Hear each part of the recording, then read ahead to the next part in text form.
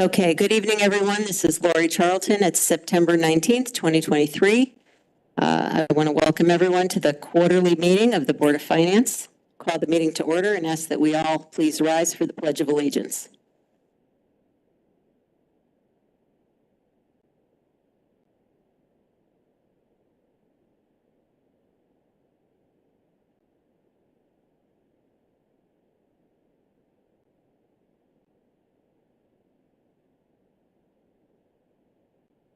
To the members of the public who've dialed in or joined us on the WebEx tonight, please know you're muted and will not be heard by board members, and there will be no live public comment during the meeting. Members of the public are always encouraged to send their comments and questions in writing to the board at bof@fairfieldct.org. If you do so, please remember to include your name and address in your email. Tonight's agenda includes our quarterly financial updates. And in this case, the quarter end is also the fiscal year end, June 30th, 2023. We'll hear an update on the status of the town's pension and OPEB investment portfolios, the fiscal year end budget to actual projections for both Fairfield Public Schools and the town sides of the budget, and an update on the status of active capital and ARPA projects. We also have two voting items before us. One, item 8, is a motion to approve transfers of appropriations between departments for fiscal 23. And that is typically done this time of year to offset budget savings and shortfalls between departments, hopefully for items we've already heard about in previous quarterly meetings. The second voting item, item 9, is a request to carry forward unused appropriations that were part of the fiscal 23 budget into the fiscal 24 year. And these are for budget appropriations that were not spent before year end, but that the various departments want to maintain and spend in the current fiscal year. Lastly, item 4 on the agenda is a school security update. And for those members of the public watching FairTV live, the broadcast will be interrupted while the board goes into executive session on this topic. We plan to go into executive session because that item is expected to include some discussion of confidential school security matters. Normally, school security is not in the purview of this board, but the reason this item's on our agenda this evening is that earlier this year, the town received a $355,000 reimbursement from FEMA for COVID expenses incurred by Fairfield Public Schools in fiscal 21. And this body approved the transfer of that FEMA reimbursement to Fairfield Public Schools so that they could use the money for school security projects. So this agenda item is an update for the board to understand the uses of the funding we approved. With that, I'll move to item 3 to review the current status of the town's pension and OPEB funds. The materials for this item are this is the quarterly Vanguard report. It's included on pages 1 through 64 of the posted backup online. And Jack Mahoney, who is Vice President of the Joint Retirement Investment Board, is here to take us through this item. Welcome. Thank you. Will this not be projected? The presentation is not going to be online? It is not. It is posted in the backup for the public. Yeah. No, that's fine. It's hard to see anyway, so. Okay. So, yeah, good evening. Thank you for having me. I'm Jack Mahoney, sitting in for Chair Carolyn Trabucco. And we're going to start the presentation on the Vanguard page 11.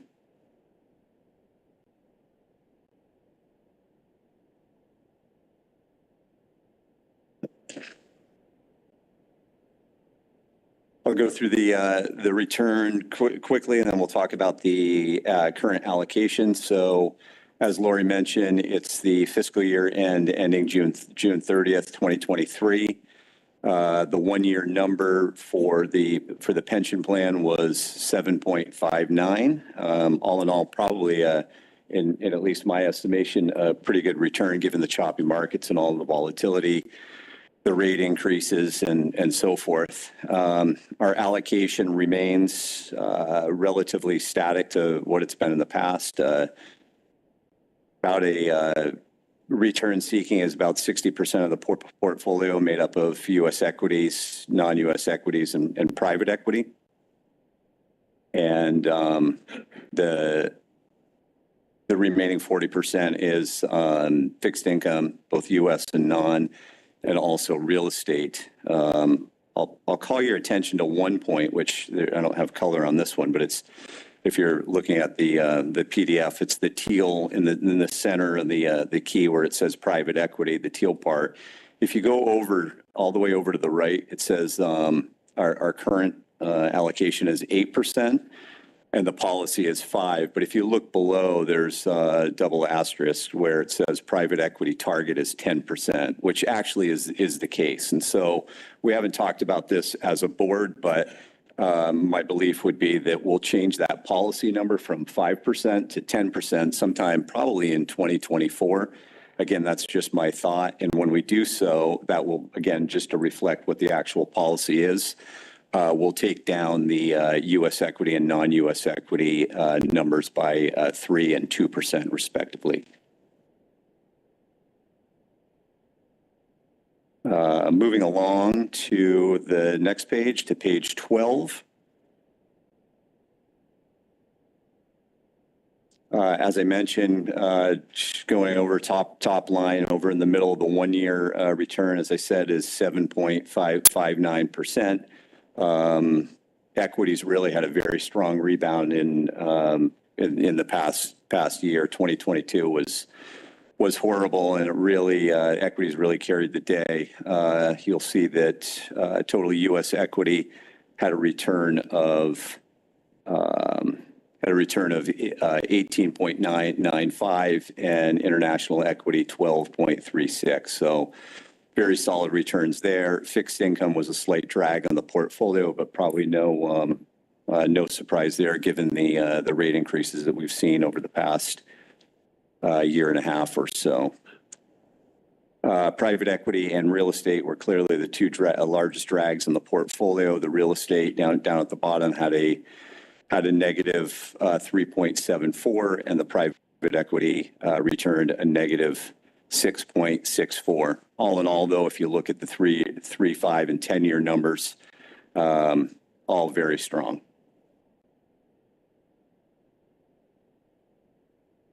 Yes. So if the U.S. equity is doing so well, why are we looking to move more to private equity?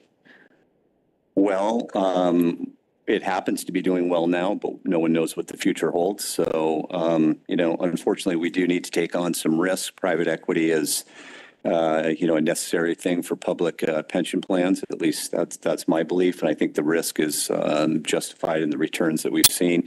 They have turned down, but I personally would be surprised if we didn't see a downturn. It's been such an incredible run for so long that this would be expected. And 10% is typical of what like a pension plan would put in? It is for a pension plan our size with the, where I believe we're 92% funded at this point. So for that similar risk profile, it's right in the middle of what other plans are doing. Okay, thank you. Thank you. Is it okay if we ask questions as you go along? Please do. Okay. I just have a quick one on private equity, and maybe you'll get to this later, but can you just remind us what the strategies are in those private equity funds that we're invested in? Sure. So if you go to page,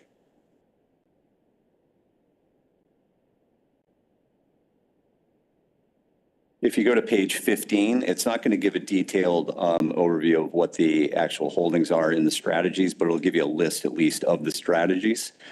So we've got 2 Mesirow strategies, 3 Lexington, and 2 HarborVest. Mesirow is primary investments for the most part. Lexington are secondaries. And the HarborVest that we just started investing in 2021 and 2022, those are primary secondaries with a little bit of co-investment as well. Are there any industries that these are focused in? It's broad. It's across the board. It's broad. Okay. I thought I remembered, and I might be misremembering, but I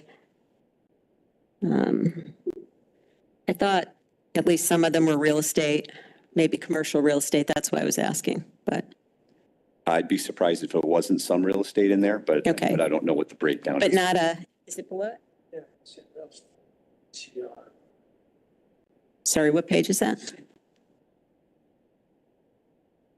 Are you referring to the principal fund? Yeah, page 14 of the. So that's not part of what we're considering the private equity, although it is private real estate. Yeah. But that's commercial real estate, right? Correct. I mean, it's commercial. It holds some multifamily, some college housing, malls. So storage. I mean, it has a lot. Very well diversified real estate portfolio. Okay, thank you. So going back to page 12, I think we talked through those returns. So we'll go to page 13. So this is just giving more detail. If anyone has any questions, the page before 12 was the roll-up of all of these different strategies. So I don't know, Lori, if you want me to talk about any of them or if there are any questions. Mr. Walsh? Jack, thanks for being here tonight. Were there any big surprises since the time you guys were here before us? Anything you were surprised, your board was surprised to hear or learn, or either good or bad? There are no surprises from my standpoint. No. Do you have anything in mind? No. I'm just asking. Yeah, no, I would say. I'm just trying to find things out of the ordinary that maybe popped up at your board, because I don't watch your board meetings on a normal basis. I'm sorry to report, but No, fair enough. I think the most surprising thing, and again, at least to me, I don't think we've talked about it as a board, but just how resilient the equity markets have been. It's just, they just continue to spring back, and we're seeing the returns here and the positive benefit to the town. Excellent. Thank you. You're welcome.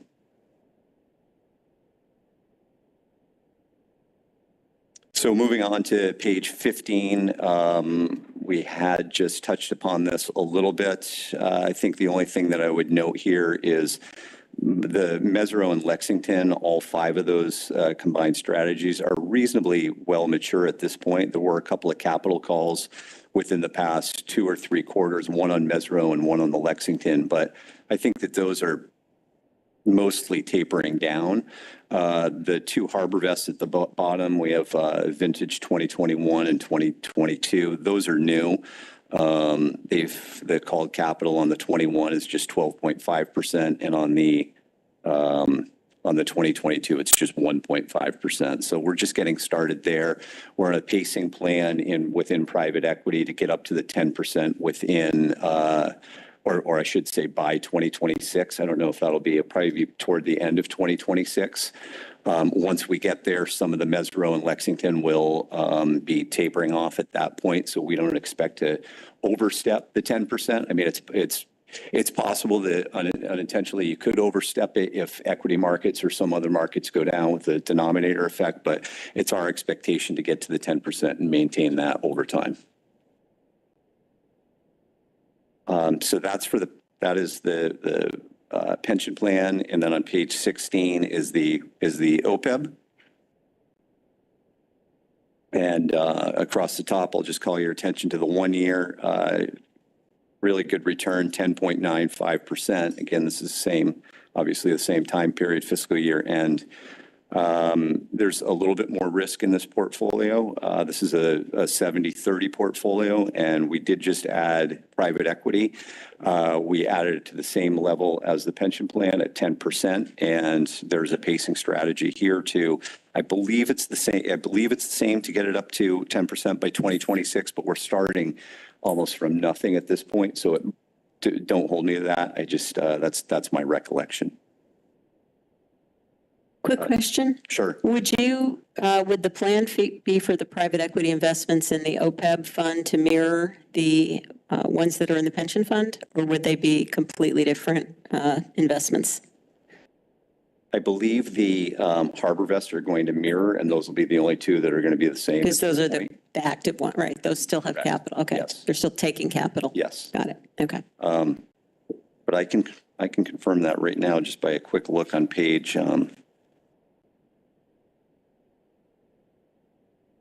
20, the harbor vest 2021. Let me refer.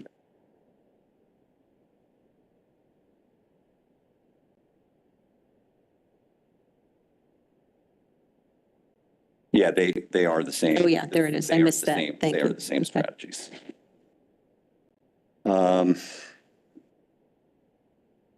And can I just as a memory refresher, I recall that we didn't,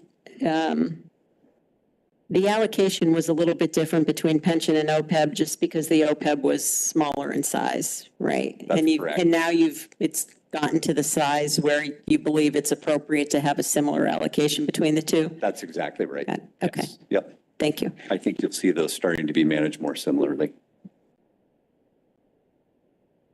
We've been waiting for this day for a while.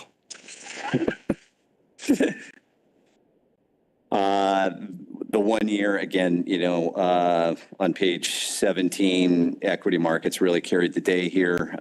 Terrific returns. I won't go through the same commentary.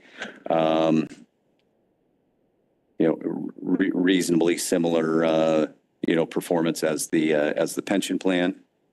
There's more detail on page 18 if anyone has any questions.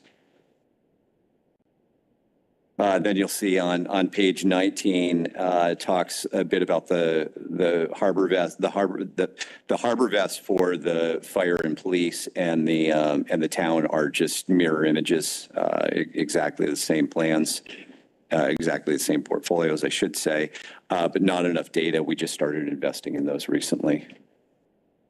And then we had touched upon page 20 before, which showed the Vanguard Harbor Vest funds. And that's all I had prepared to talk about. But if anyone has any questions, I'd be more than happy to take it. Thank you very much. Questions from the board? Anyone? Can Looks I like, just- oh, Can I Mr. Stark. just confirm my understanding of how these funds work?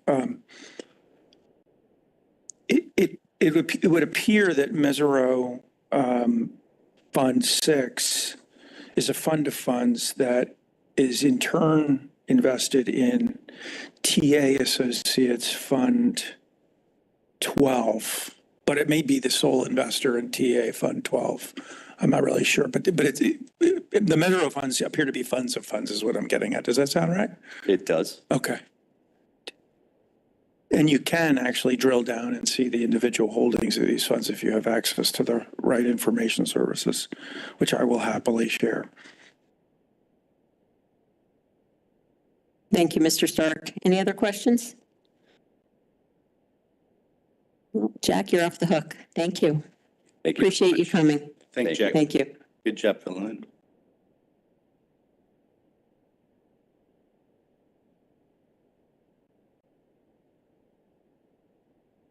Okay, we are going to move on to item 4.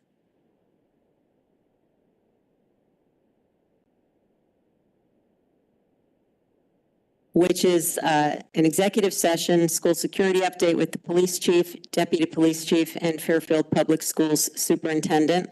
I see we also have representatives from the Board of Education here as well. So I will make a motion to move the board into executive session. Can I have a second? Mr. Walsh, questions or comments? Okay, all in favor? It is unanimous. 8-0. All right, we are going to move into executive session, pause the broadcast, and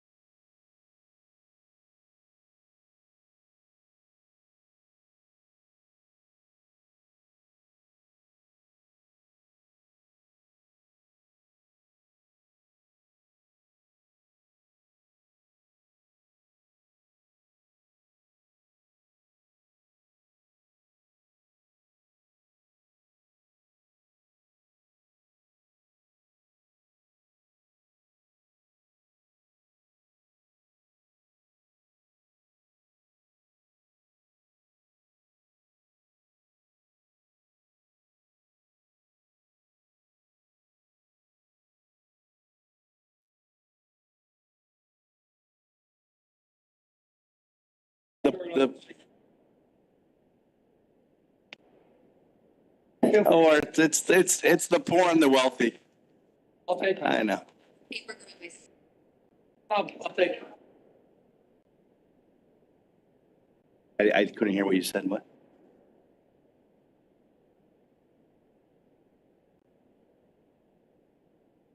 To follow along with the presentation? Yeah.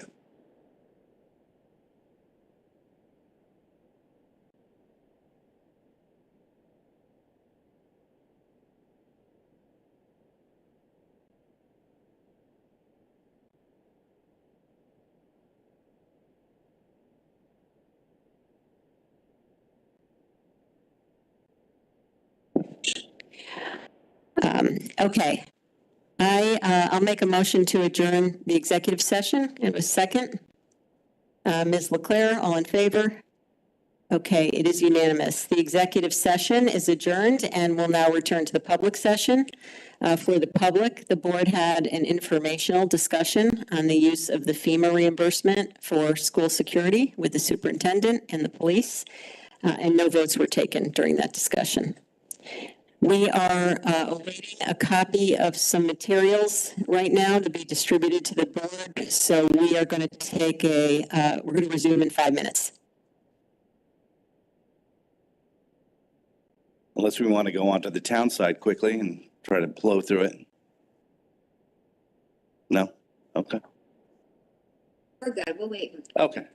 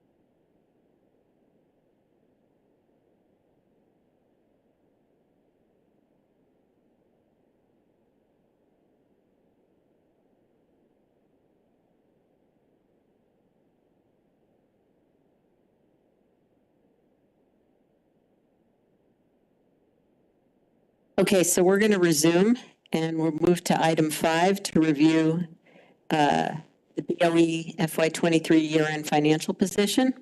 So the materials for this item are included on pages 65 through 98 of the posted backup online. Courtney Laborious, the CFO for Fairfield Public Schools, is here to take us through this item. And we also have Superintendent Mike Testani here along with representatives of the Board of Education. So welcome, and Courtney, go ahead. Thank you. Okay, thank you so much. Thanks for having us here. Attached, you will find a pre-audit accounting of the 22-23 fiscal year for the Board of Education. This was submitted to the EFS, Education Financial System, as the pre-audit final represented financials, and an audited report will be issued prior to December 31st. This represents the board's close, which ended up with giving back to the town a total of $160,554, and that those funds will be returned to the town. I'm just going to walk you through the document. If you turn to what's this, page 2 in the Bates stamped, or page, I believe, 66 in the backup. So this summary is a summary that we provided to the board to show, yes, on that, the second page of the backup materials. So yes, correct. And you can see on the bottom, well, it says page 1 of 33 because it's after the memo, so the Bates stamp. So this is just showing the rounds of transfers that happened throughout the year. Just reminding the Board of Finance that we did identify a balance in the personnel, transportation, and also after the winter in the utility accounts as well. Those balances the board acted on throughout the year to be proactive and be able to spend them appropriately on items that reduce the budget need for future years, and also items that were part of an ongoing capital maintenance list that the board has been working on for many years with the executive director of facilities and operations and the superintendent. So essentially, the first round of transfers we had, I'm not actually going to recapitulate all of the transfers. At the end of the day, the big net impact was that about $3 million went from our personnel budget, our transportation budget, and also from the heat and utilities to pay for things that I'm going to identify on a schedule that Ms. Charlton just asked me to create for you that will also be available to the public after this meeting. So the total that was transferred to maintenance was $1.5 million. If you look on the schedule that was passed out just prior to the meeting. And that ties out to the bottom of that page 1 also, where there's a summary of the transfers. So you can see, so for example, on the bottom, 1.7 million from personnel and so on and so forth until you get down to the school support expense. That's 525,000 went into school support. What the board was able to purchase with those funds were literacy materials to support the Connecticut State Department of Education right to read legislation. That is a multi-year effort. It enabled us to get started on the curriculum development and receiving the materials so that they were ready to go with the implementation start this year. And also we were able to pre-purchase, it's a multi-year agreement, from the third year of the agreement. So it lessens the need in the later years. In addition, the maintenance projects, we did transfer 1.5 million into maintenance. And you can see a summary of the major projects here. This also has a more detailed schedule that was part of a board attachment that was given on August 26th. If anybody wants to see that, I'd be happy to either forward it to you or you could refer to the board backup materials on the website. But essentially that was to replace the rooftop chiller at Tomlinson Middle School, offsetting a future capital need. Also some upgrades to security related needs for phones, speakers for the PA, et cetera, for about 227,000. Bathroom renovation at Osborne Hill. And then the scoreboard that folks were familiar with that was more expensive than the budget, as well as the grant that we received from the state to offset the cost. So we also transferred an additional 106,000. the funds for our consultant that's assisting us for planning for redistricting possibilities, and then also elevator upgrade replacement. So the elevator upgrade at Fairfield Woods Middle School and replacement at Ludlow High are the difference between the actual cost of the construction that we received and what we received from the non-recurring capital projects. So this was paying for that balance. Additional HVAC repairs that are a necessity, a hot water tank replacement for a failed hot water tank, security needs for blackout shades, and then a reclassification of district-wide sped transportation into the maintenance line, accounted for the maintenance spending that happened at year end based on multi-year planning and multi-year needs, so defraying costs from the future. And I remember earlier Mr. Walsh had asked for us to look at the history of the transfers, and I did go back and look at that, and typically the swing is averaging between 1.5 and 2.6 million of what's transferred. So some years we have needs in special education, so we defer maintenance. That's why we have this list. Some years we have vacancies like we did in personnel, unfortunately, and so we are able to purchase from that list of maintenance that we deferred the previous year. So that's kind of an ongoing trend that happens with this Board of Education budget, and we're prepared for that. So, and one of the things that we did this year to account for that surplus that happened in the personnel was more rigorous recruiting, and then also on the para-educator, if you recall, we did increase the compensation for the para-educators, or the board did authorize the increase, which we were both happy for, and also hopeful that that would continue to decrease the vacancies, which it has thus far this year, as reported at our last board meeting. Finally, on the capital side, we were able to purchase approximately 2,100 Chromebooks and pay for some software needs, one of which is a paper cut investment that will see future, has already yielded savings, so will yield future savings. So it keeps a counter, which was why it took Prue a little bit of time to get the copies, because it keeps a counter. So you have to swipe your badge every time you make copies. And so she had to swipe my badge, and there were some challenges. But so basically, it'll keep track of the copies, and we've already seen lower usage, not because of user error, but because, people are using it more prudently. So, and then in addition, interactive boards. So we're really happy that we've been able to buy nice interactive boards for throughout the district as part of our capital plan. Those Chromebooks did create a new cycle for us that is going to be more efficient in the future. So Mr. Testani identified some inefficiencies in the way we were deploying the Chromebooks. And this year we were able to deploy for all of the students starting in middle school, and they retain their device through, through 8th grade? Yeah. And then 9th through 12th. So this pre-buy gets us on a more even schedule so that we have a life cycle where the Chromebook stays with the student for a more realistic duration, and then also, we're able to do a refresh in a more even way with the budget. So we were able to do those things with the year-end spend out.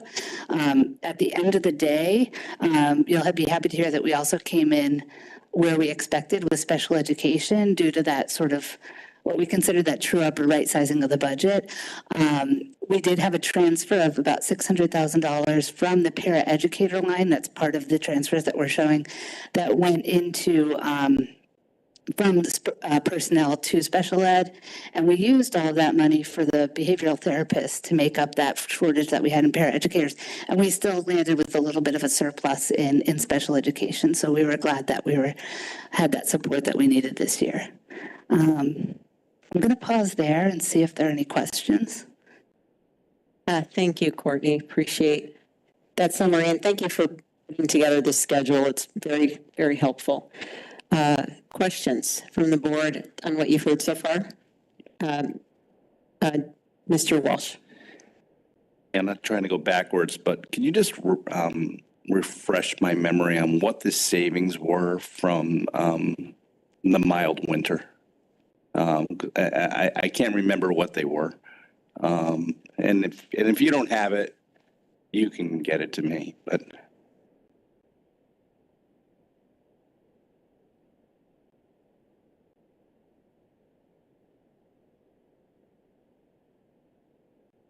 Significant. It was about 700,000 in electric and 600 in commercial gas and heat. So yeah, Well, now does that take into account like less plowing, less salt, all that stuff? I mean, or is that additional savings? That's additional savings. So that line is literally just the utility line. Okay. Okay. Was there additional savings in those areas because of the mild winter? For plowing, yes, there was. I could get that to you. It's not. Yeah, well, I don't want to hold the meeting up. So if you could I'm just trying to figure it out. Sure, yeah. And I don't want to say an incorrect number, but I'd be happy to get it to you. That'd be great. Thank you. Thank you. Mr. Testani. Yeah, I've asked this question before, but I have to ask because I think I do it every time. But on the Chromebooks,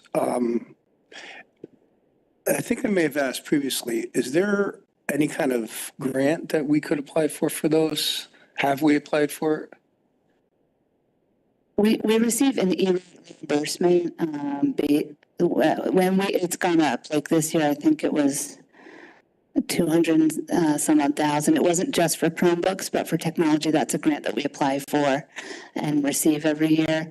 We did also apply ARP ESSER money about 2 years ago to a big technology purchase for laptops in the high schools. That was a one-time thing. And we're always looking for additional sources of grant funding.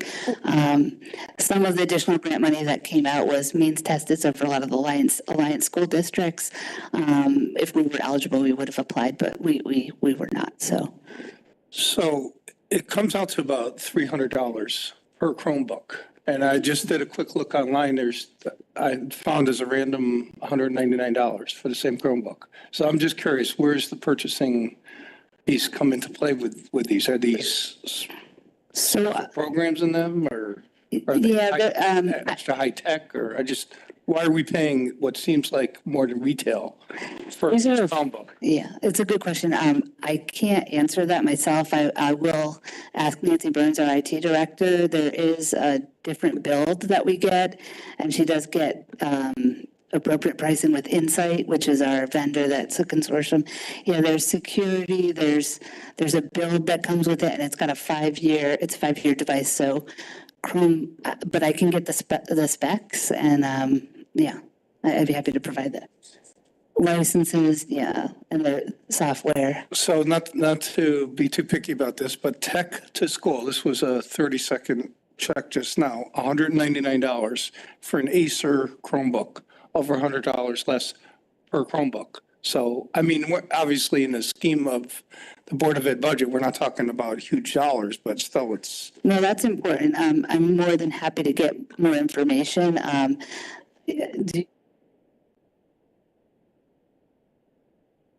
They also have to be able to get us the amount we need in the time frame we need.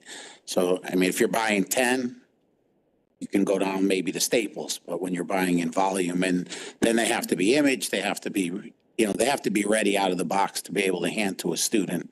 Well, I'm guessing some website called Tech to School would most likely be used to being ordered in higher volumes for schools. I don't know that. I just looked for 30 seconds. So I've never heard. Maybe we could check to see if there's a more efficient way to buy the Chromebooks. That's my only suggestion. Sure. Yeah, do you deliver them with software on them though? Because that's got to be. Correct. Yeah, I mean, she gets them fully built with our specs and everything, but, and I can certainly break it out because I know that we do. Yeah.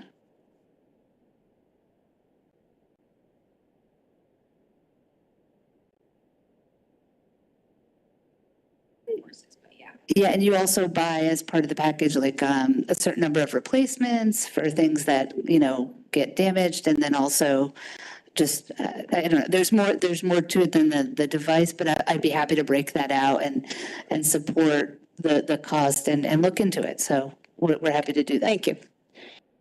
On the insurance portion, yeah. Yep. Mr. Stark, you have a question? I'm sorry, could I just have one piece before? Sure. Ms. Jacobson just reminded me of, we do also have an insurance program where families pay insurance amount so that if their device is lost or damaged, that does offset. So it's not a grant, but it does generate a good amount of revenue and does support us to be able to repair and maintain those devices. So is that included in the 628,000? That is not, that's elsewhere accounted for in the budget, though. Thank you. Mr. Stark. I was just going to point out that Chromebooks are made by Acer, HP, Samsung. They all have different screen sizes and they all have different memory. So just like any other computer, they vary in their capabilities. Yeah, good point. Thank you. Other questions on this, on what we've heard so far and on this list of transfers? Thanks again for providing this schedule, and for the public, we will get this posted up online if anyone is interested in it. Okay. Thank you. Want to add, I think it's worth noting that we were good stewards to the town in providing upgrade to Sturgis Field and also the work that's going to be done at the Holland Hill School field. So in addition to the money going back to the town, we did invest where Parks and Rec didn't have the monies available this cycle to do those upgrades to the fields, which I think totaled about a little over $200,000. Thank you for that. Okay, Courtney. Thank you. Now, did you want me to walk through the rest of the schedules, or are you comfortable with the overview that I gave? I mean, it's up to you. You want to hit any other highlights, or we could move to Q&A? I think that was a pretty good summary. So basically, you've explained the transfers and your 160,000 surplus to the town. That's correct. Do any board members want to hear anything else specific about this package? Okay. Thank you so much. All right. Thank you. Thank you all for being here. Okay, we are going to move to item 6 to review the town fiscal year 23 year-end financial position. So the materials for this item are included on pages 99 through 144 of the posted backup. And we have Controller Caitlin Bossy and CFO Jared Schmidt to present this item to us. Welcome. Well, the good news is you guys are only a third of the town's budget, so you should only be about 6 minutes of this conversation. Okay? That's the best news I've heard so far, so that's. I'll try to get you there.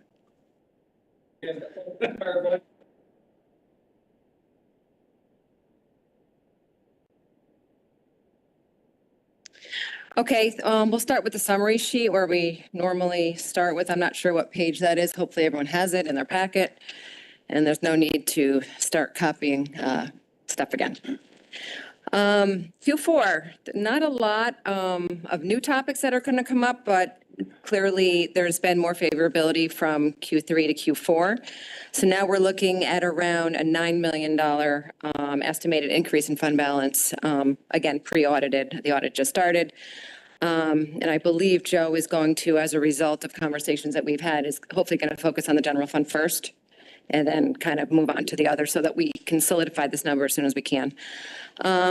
Starting on the revenue piece, there's, about a $900,000 swing from Q3 to Q4. The bulk obviously is investment income, and investment income is the bulk of our surplus this year, coming in at about $3 million over budget. It's a number that's been growing all year. The rates clearly, as we've talked about for a couple of quarters, are increasing, have increased. I believe the budget number in a quick discussion with the budget director was conservative this year, being, I think it was under 1%. So just to give you a sense, I just looked at STIF. STIF's at 5 right now. So clearly that's that's the good news factor. So that's a third of our surplus is coming in the investment income. I'm going to kind of give you major categories here, 3 million being the biggest. The second largest category is the state aid. We've known about it all year. It's coming in at about $1.3 million. We've known about at least, $1 million of it all year. It's due to, and there's a schedule for the state aid. It's the same pieces that we've seen for the last 4 quarters. It's the municipal revenue share. So that stayed consistent all year, and we've known about it. On the revenue piece, there's been just some shifts between the other conveyance, building permits, as you could see, fire marshal fees. Conveyance got a little bit worse. We were under budget by 400 due to, again, the lower inventory that we've been talking about for at least 6 months and the higher interest rates causing less refinancing. The building permits and the fire marshal fees kind of go hand in hand. Again, a nice chunk of the surplus is due to the building going on in town, and the fire marshal fees primarily are due to mostly dorms, Fairfield U, Sacred Heart, and some apartment complexes. Same ones that we've been talking about kind of for the last couple of quarters. Park and Rec revenue got even more favorable, mainly due to golf. It was a great golf season. The weather's been very cooperative. Beach stickers also was a major revenue driver as well. And Burr Mansion, as we've talked about, was driving that up because that, of course, was not budgeted this year, the revenue for Burr Mansion. The other category went up also, from about 150 estimated to about 500. Nothing really earth-shattering, as you can see in the backup. The largest swing there was scale weighing. There was like 170,000 over budget. But, on a $1.3 or $4 million budget in that line, nothing significant. Couple of the other major drivers that came a little bit more favorable, police parking violations. They have a new LPR reader, so it's making them easier to hand out tickets. A new little line item that we got this year that we hadn't seen before is FOI requests we're now charging for. We took in like $16,000 there. So nothing. Here.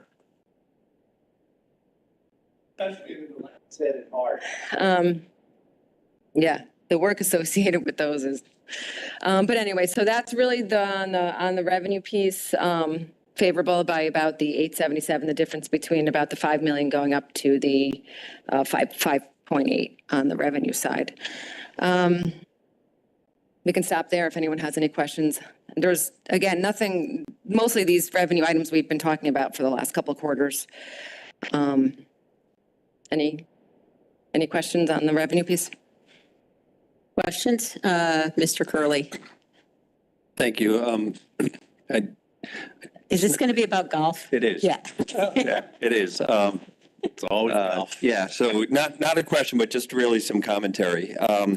Given the number of rounds that the course has benefited from and enjoyed, really, I think everyone on this board knows that the golf is dependent on good weather.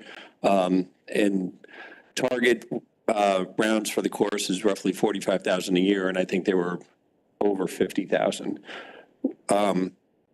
But absent the good weather, we actually may have had a deficit on the revenue line.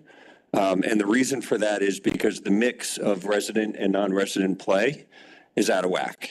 And if you historically look back at the mix, it's about 2/3 residents, 1/3 non-resident. Non-residents pay more per round. And there's a science to the balance of resident, non-resident, and rates for each of those categories. And currently, the resident, non-resident mix is about 5-to-1 instead of 2-to-1. So there are some reasons for that. I've had a conversation with the Parks and Rec director, Anthony Calabrese.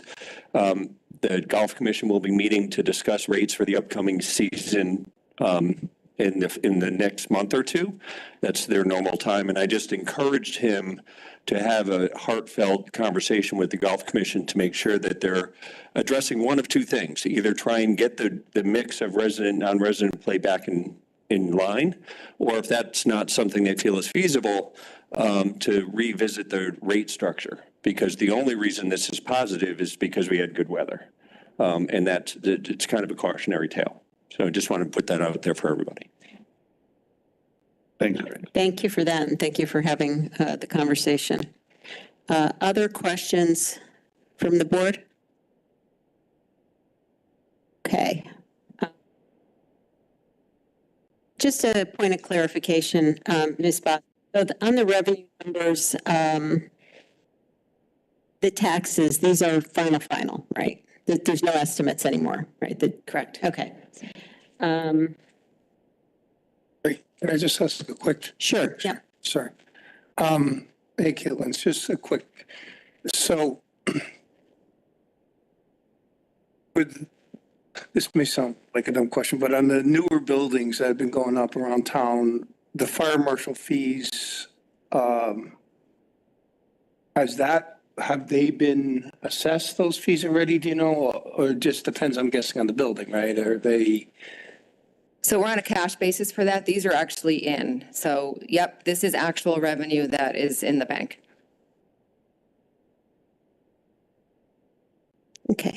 And just one other, see if I think I just had one other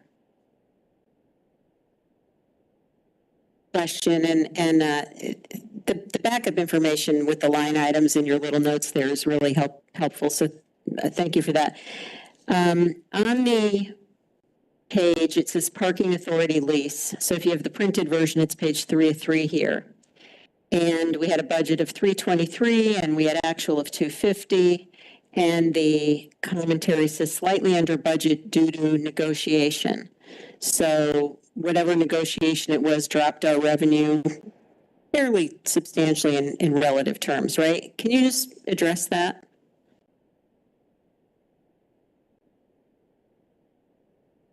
I just don't remember the background. Who with the lease and how that works? Jared or? Yeah, sure. I can address it. So we've been in talks with the parking authority, and they're still seeing low numbers. Yes. Post-COVID, they are coming back up. But that was the amount that we negotiated for last year. And we'll be negotiating another amount for the current year. So, but it's just, the numbers haven't fully recovered. Lori, can I follow up on that? Yes, please. Just curious, Jared, what does that account for? Like, where specific? Was it just the Fairfield lot itself, or 2 lots, or what? Yeah, it's the Fairfield Center, and Fairfield Metro? That's my No. next question. not Metro. Okay. Center. Metro's owned by the state of Connecticut. Yeah. It's Fairfield Center. And how do they monitor that? I'm curious, because speaking for myself, taking the train, it's been like crazy packed, like every day. Mostly, I would say Tuesday, Wednesday, Thursday. So Are you asking about How do they monitoring track? who's parking there and whether or not they're paying? Is that? right? Yeah, Because and Caitlin kind of referred to this earlier. They have the new license plate reader, and so that's part of it. But this is up to date as of That's through the fiscal year, through the end of the fiscal year. Okay. All right. Well, maybe past Labor Day, they could get an So update. this amount it's a contract. crazy. It's It was a hard to- contractual amount. Oh. That's what this dollar amount is. Okay, so you would have negotiated that Right. when they were, okay. And they probably had a deficit in their revenues for that Yep. previous year. Okay, got it. All right, thank you. Any other questions from the board on revenue? Okay, expenses. Okay, on the expense side, you see we have favorability of about 3 million. The largest chunk is the vacancy/churn number. It's been slightly going up. We kind of knew where we were going to land at Q3, so it's slightly more favorable. As at the end of June, there was about 9 full-time positions open And again, some of this is churn that they might not be open in June, but they were open for a couple of months throughout the year. So there's those couple months worth of savings. But as of the end of June, there was 9 full-time positions that, for the most part, they're either being worked on, being hired, or have hired, one being our DPW finance position. So that accounts for the bulk of the savings on the expense side, so that's about the $1.2 million. Park and Rec expense got a little less unfavorable, if that makes any sense. He really tried to control his expenses from Q3 to Q4. So they only came in over budget by 130, not the 379 that we were projecting. The ECC estimated savings due to the delayed opening got a little bit less favorable. We are not seeing the 400 in savings. We're only seeing about 30. There is also a component that I did not accrue for. The state is also going to be, I believe, giving us additional money. We just don't know the dollar amount of that yet because of the delayed opening. So Westport didn't come aboard until March 1st. So it wasn't the full year. So there's still negotiations, I believe, and how much more, but I don't have a handle on that figure, so I did not accrue that revenue. They gave us their other revenue piece that they always have on the 911 piece of it that we've been doing as a town, but the shared combined FCDR or FCRD, what they call it. We're still waiting on the final figure on how much the state's going to give us for that. So this 30 only represents the town savings for the year. The other figure, however, got a little bit more favorable by about $1 million. Again, nothing crazy, a lot of smaller expense items just coming in more favorable from Q3. Again, the backup kind of lists out the accounts that kind of get us there. Insurance was a little bit lower. Police outside jobs was a little bit higher. Private school transportation, that comes from the school side, was 82 favorable. Street lights, hydrants, another 100. Electricity, it's all listed in the backup. So that was more favorable by about $1 million or so. Again, no big dollar amounts that really jumped out at us, nothing that we haven't kind of been tracking all along, but just a lot of smaller amounts that added up to a large savings. So if you take that $3 million on the savings side, add it to the 5.8, we're at about a $9 million. But just to kind of summarize even the $9 million in thinking about it, so we talked about the $3 million in investment income, the $1 million in state aid on the revenue piece, the $1 million on the vacancy side. Park and Rec was a major contributor. When you net out the revenue and the expense, was still about a favorable $700,000. And the other piece that I kind of thought about, and I think Mr. Walsh touched on it on the Board of Ed side, we really had, because I kept seeing in the comment section, you're going to see mild winter, mild winter, mild winter. So I kind of added up all of the comments that kind of alluded to this mild winter that we had, and it was almost $1 million in savings between snow over time and the utilities and them not having to rent equipment for big storms. So it really, the maintenance and wear and tear on vehicles was lower. It almost spanned across almost every department that's kind of out there dealing with the elements. So that was about $1 million of this. So just keep that in mind, that it wasn't, that could go any way either year. That could have been easily $1 million over if we had a terrible winter. So, so that's where we're looking like we're ending up right now at about a $9 million. Again, not audited yet, but it should be right around there somewhere. Okay. Excellent summary, thank you. And just so that we're going to add that small amount from the BOE onto here, that 160,000, and then we have to get our audit done, and then the ECC revenue or that ECC reimbursement, that's not big bucks, right? No, I'm thinking of 100,000 maybe. Oh, okay, Maybe. That's not bad. But don't forget also the other piece that is the lease revenue. So that's not in here yet. That's not in here because that's not really the operational piece. I did touch base with Joe. We know that it was, about the 550 last year. There are a few new leases. There's a big golf course, as Craig probably wants to talk about, 80 new golf carts up at the golf course. So we have to add that in as a new lease, couple new copiers. So But But we have an expense offset to that too, right? Or no? no, not on the new gas. Oh, this is just the account. So the expense is in there, but we value have of to the have this. asset. Okay. So in speaking with him, just to get a rough estimate, he thinks right now without the new stuff, it was about 420,000. Okay. So that's not in this $9 million number either, just to put that out there. Okay, It's so not- between the leases, between maybe this ECC thing, we could have another 700,000 or so? Six? Possibly. I don't know. I don't know if we're going to get the state number before we close. Okay, So that might be a favorability next year. all right. All right. I had a couple questions on the detail, but anything from the board first? Okay, Jack? Yeah, kind of off this specific, just quickly, just a kind of general question on the collection, what you've seen coming in off of July 1st for the collection. Are we still 99%? I think we budgeted, I believe, or close to that. I'm trying to remember the budgeted collection rate. I know in 23, because that's where my head is, the budgeted collection rate was, I think it was the 98.9.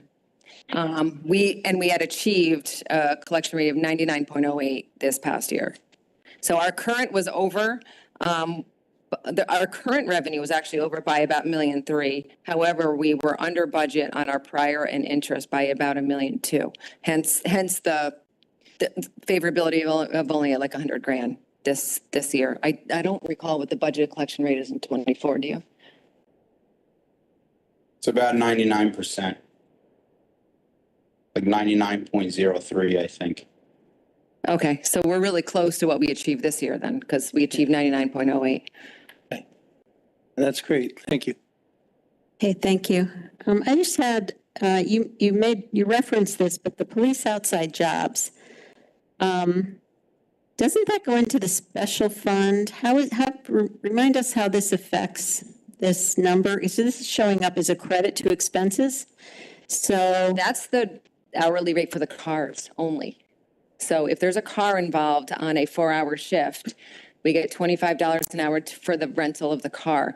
That comes back into the general fund to offset expenses to maintain the car. Oh, okay. So our revenue, or our motor vehicle revenue on the rentals comes in as a credit to expense here. And that is much more than our maintenance and repair was this year for the cars. Interesting. Okay, great. All right, that's helpful. And then the other question, the other thing that struck me, I was looking at DPW operations, and the explanation there says, so we've got a favorable variance there, and there's a comment in there, reduction in paving management plan expenses. And I think it would be great at some point to get an update on that paving plan for the board. I know that there was a rumor in the capital working group that we might be looking to take some surplus money to fund more paving. So it'd be helpful to understand where that stands. I think it's been a couple of years since we had the plan, and the plan was based on doing a certain number of roads, but there was all sorts of variables based on the cost, and the cost spiked when fuel prices went up, and so we didn't really know how those dollars were going to translate into achieving the roads. So it looks like we did a little bit less here this year. So anyway, when we get maybe that's just to put a pin in that, but it would be good to get an update on the paving plan, certainly before we vote on any use of surplus or anything like that. Yeah, we can do that, and I'll talk a little bit more about it when we go through the capital and ARPA, because there was obviously an ARPA component to that as well, so. Okay, oh yeah, that's right. All right, thank you. Let me just see if I had any other.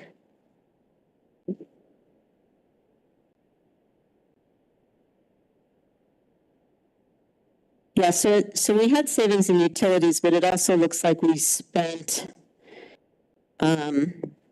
I'm back in DPW again, and it looks like we used some money to do a bunch more maintenance, similar to what the Board of Ed did. I see a budget in the maintenance line of 593, actuals $1,169,000, and it indicates here they were able to do some extra projects with that. This is on page 5 of 7. So Caitlin had mentioned the utility savings, and, you know, I just took note here, much like the Board of Ed, they, you know, the comments here says several large projects, tank removals, boiler and furnace replacements, rooftop units, garage doors. So it seems like we were able to clean up some stuff with some of those savings. I did not have any other questions on the detail. Any other questions from the board on this piece? Expenses? All right. Sorry, Ms. Marmion? I don't have a question. I just have a comment, which the comments line is so helpful in terms of explaining, you know, questions that we might come up with, and you're answering them ahead of time. So thank you. Yeah, not a problem. They take a long time to finally make it to the final draft. But yeah, I'd like to think if you looked at them you can kind of understand as opposed to just going through the high level sheet. Yeah, no, absolutely. And yeah, I know you do that anyway for purposes of you understanding it. So the fact that it's documented is absolutely very helpful. All right, if we don't have anything else on this, we can move on to the next item. My only other comment is I loved 160,000 from the Board of Ed. I'll take $2 million extra dollars every day of the week. So I appreciate that being done. Okay. All right, so let's move on to item 7, to receive an update on capital and ARPA projects. So the materials for this item are included in a separately posted backup item document entitled Additional Backup Item 7 Capital and ARPA Updates, so for the benefit of the public. For the board, when this was distributed, there were a couple of open items on the school projects, and so the commentary has been updated, so that's going to be handed out, and we'll get that posted as well.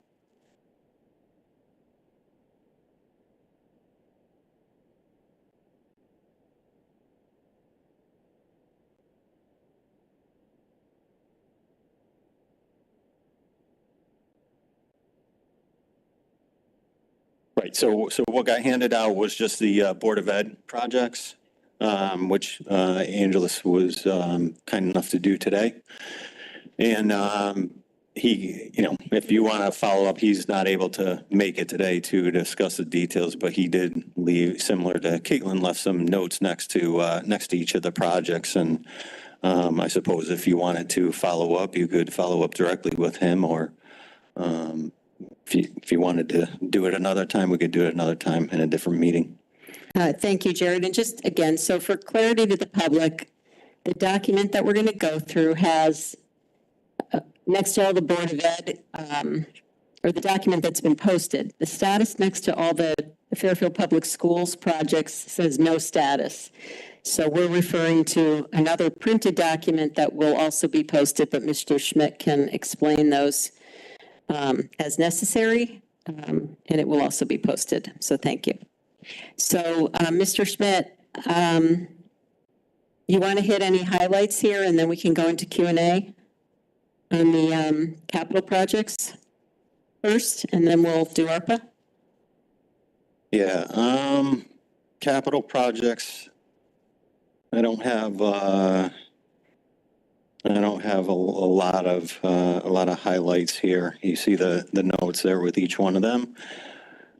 So I'm happy to go right to questions if there are any questions about any of these.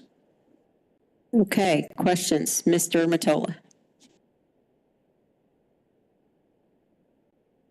So a Lake Mohegan splash pad, did I miss something there? Didn't we just redo that? And maybe it's me, maybe I dreamt it or something, but I thought we just redid that and we have to redo it again. Was there an issue with that? That's been done. So down toward the bottom of the first page. The Lake Mohegan splash pad replacement. So I'm incorrect in my assessment that a couple of years ago, that was all redone and we didn't have to do it again just currently? So this was, you may want to look at the fiscal year was FY22 Okay. when this was first approved. So maybe that's what you're remembering. Okay. Maybe And that's I that- think there may have been a delay in terms of getting what they needed for supplies. I seem to remember that. that's fine. There was also other work that was done there related Okay. to the storm, and so that may That be, may be, okay. maybe throwing it off a little too. And then the other question I have is on page 2, the self-containing breathing apparatus, the SCBA 10-year bond grant request was not approved by FEMA. Yep, So just take me through that again. What, sure. So, paying more money now because we didn't get the grant? right, so when this got approved, when this was authorized, it was authorized for the full amount, regardless of whether or not the grant materialized. Unfortunately, we didn't get the grant. I went back to them and, I know that Fire went back to them to find out more about it, to see if there was anything else that we could have done to get it. It's just it's a super competitive grant. And so we did not get it, but the project went forward anyway, because that's how it was authorized. Right, so we approved it with the hope that we would get the FEMA grant, but we didn't get it. Correct. Okay. Let me just look real quick. I should be done.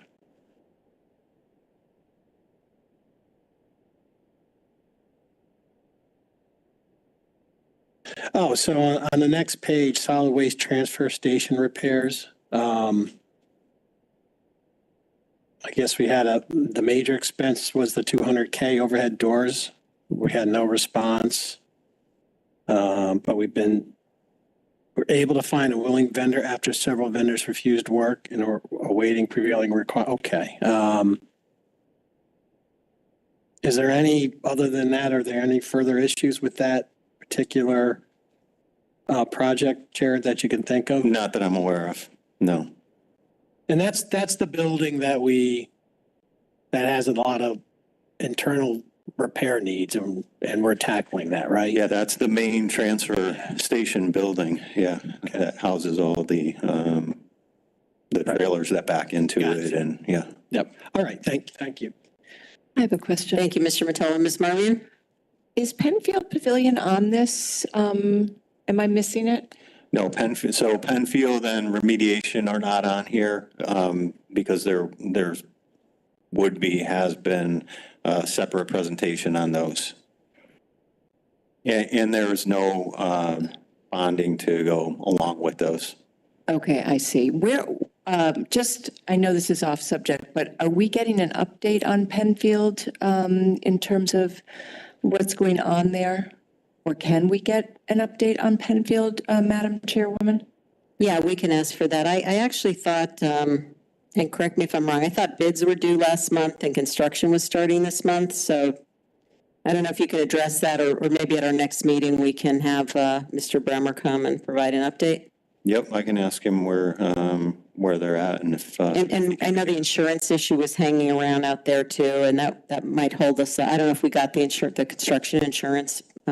My understanding is that, yes, that there is a path forward, at least. I don't think that we have actually, that we've actually gotten it yet, but there is a plan there now. Okay, so construction has to wait for that though, right? Yes, yes. Yeah, I think that would be great to get an update on that at our next meeting. Anything else, Ms. Marmion? No, thank you. Okay. Other questions from the board? Mr. Stark? I think you probably explained this before, but explain it to me like I'm 4 years old. The last column, total available per munis, a total of 79 million, I guess. What does that represent to us as a Board of Finance? Is that money we're ever going to spend, or is it bonds we can issue, or is it just It's money we've approved, but it's not spent yet. Yeah. what we will spend I mean, yeah, theoretically, on yeah, we these, will all. on these projects? Yes. We're not going to take it and spend it. So Unless these No, projects come in way under budget, we've got 79 million out there. that's what I was trying to. Yes. that's- Yeah, Yeah, that's a better way to ask the same question. Yeah, and part of the commentary here, I hope we would, there should be an indication if we're heading in that direction, but, unless there's if there's a completed project and there's a residual amount, eventually that gets cleaned up and it'll be deauthorized. But right now, this is sort of authorized, unspent, some of it is unissued debt, and some of it is, we might have issued the debt and as part of it will be spent this year. So yeah, it's a big number. Question then, does this distinguish between situations where we issue the debt but didn't spend the money? No. Or where it doesn't? No, Okay. but that will be that is in the CAFR or the ACFR every year. There's my favorite footnote. Yeah, we have authorized unissued. So that's an important disclosure because that is, authorized unissued debt. So if you think about our debt that's outstanding, there's a big number sitting out there that's been approved and can be issued. And so, some of these projects drag out for years. And so we always have that kind of year-to-year turnover. But this is also the reason why we try to focus or need to focus on cash flow when we look at the waterfall and not just project dates of approval, because you've got this very significant number that kind of drags out and gets issued as debt over time. I have a couple questions, but anyone else first? Okay. Mr. Schmidt, just a couple quick things. Townwide facility upgrades. The comment there says transferred upgrade projects to audit account to use first. What does that mean? It's on the third page of this summary toward the bottom. So one of the reasons that the dollar amount there is low and maybe lower than expected. One reason is because those projects are just taking a lot longer than we thought. The other reason is that prior to this being done, prior to the work being done, there was a study that was done, and we had authorized $400,000 for it. As part of that authorization was that if the authorization amount exceeded the cost of the study, that any remaining amount could be used to actually follow through on it and to implement some of the changes that were in the study. So some of these projects that are being completed are being paid for out of that account, out of that separate study account. Okay. I think I had one other, in the last or second to last page, the page before the totals, the Tungus Hill pickleball courts, in progress phase 2. I thought those were done. Are we building more pickleball courts over there?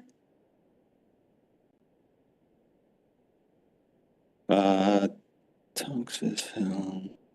It says phase 2 is in permitting, so maybe it's already been built? Well, that's what I'm asking, because it says phase 2 in permitting.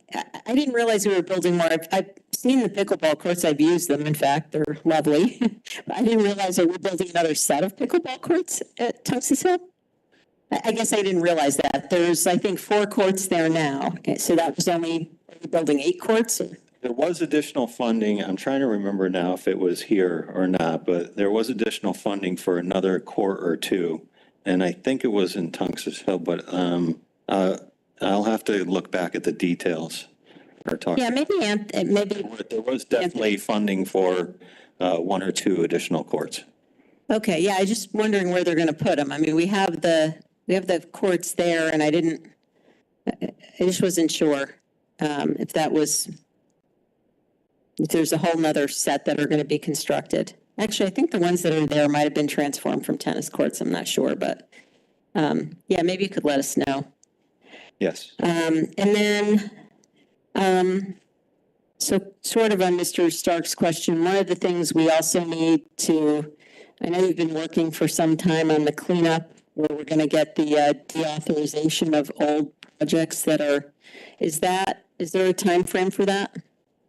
I don't have an ETA right now. If you remember the last round that we did one several months ago.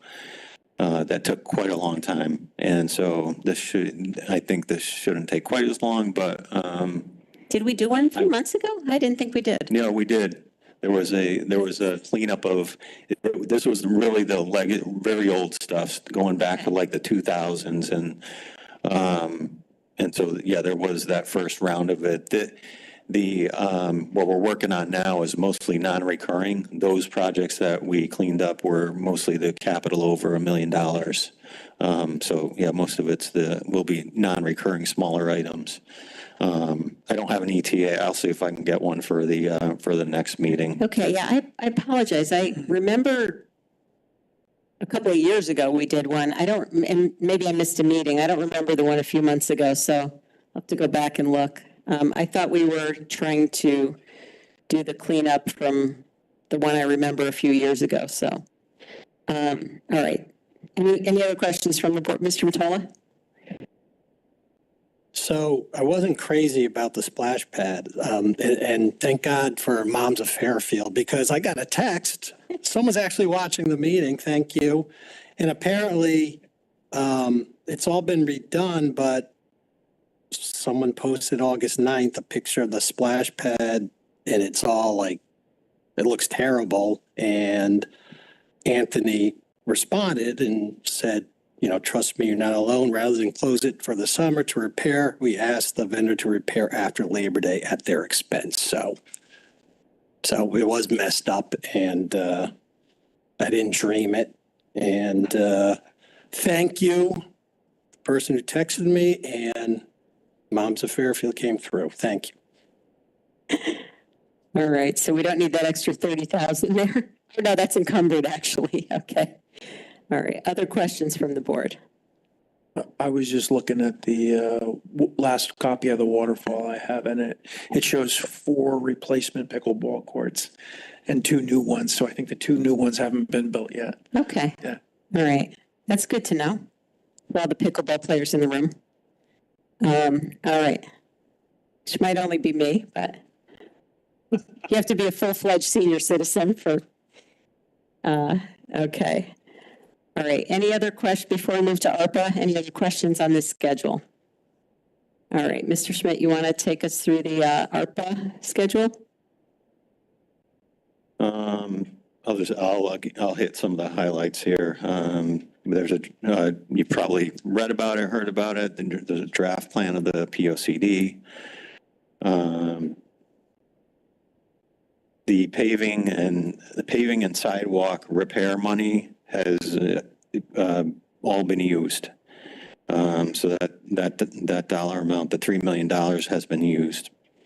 So one of the things that is, we're using it quicker is because the sidewalks that have to be done at the intersections where paving is done, and sidewalks have to be made ADA compliant. And so part of the funding for paving is also going toward that piece of it, which, means that we can't do quite as much paving.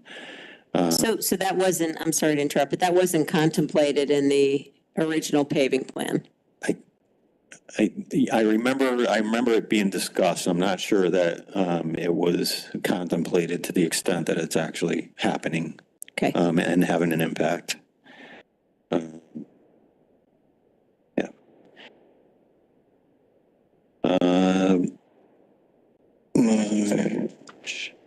Ms. LeClaire? Yeah, Jared, could I follow up on that question? Sure. So who is making the decision then on what sidewalks to replace ADA compliant? Is it going with the paving program? So if they pave the program, they do the sidewalks as well? Right. So they're following the paving program, and then whatever sidewalks, intersections that are in that path will also have to be updated. So no one's done like a separate sidewalk study to see which ones are most needed or? We actually have, and that'll be a separate thing that we'll talk about more during the capital plan process. But there was a similar type of analysis that was done for sidewalks, and right now we're working our way through trying to figure out how that's going to be financed. And that was to repair existing sidewalks, if I recall. Only existing sidewalks, right? Okay.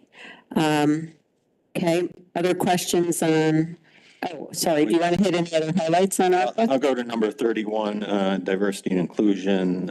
We've been working with a consultant. We've had 4 or 5 meetings with that person. They're working on what's called an inclusive excellence blueprint that we hope to have done by the end of the year. And then any remaining funding after paying for the consultant would be used for different action items related to that, whether it be training or, things like that. Anything related to what the consultant recommends. Does that mean that the $75,000 is spent on the consultant then? Is that pretty much down to zero? No, there's actually, the consultant, I believe, was about, and I don't know why it's not showing up here. Maybe the payment hasn't been made yet, but I believe the consultant itself was only $10,000. Okay. Any other highlights?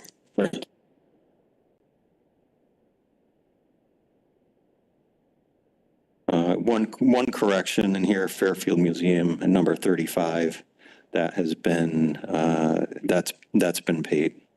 That $40,000, that was, if you remember, that was a late addition not too long ago to pay for the new display that they were putting in, and that is out the door. The police headquarters in number 39, they've hired an architect to do that design. And if you remember, that's a multi-phase program over multi-years. I'm happy to take questions on anything else. Mr. Mottola. Hey, Jared, for number 4, the downtown resiliency, just remind me, was that just for design phase, that amount of money right there? Do you remember? It was not. There was, the original purpose of it was for, it was going to be for some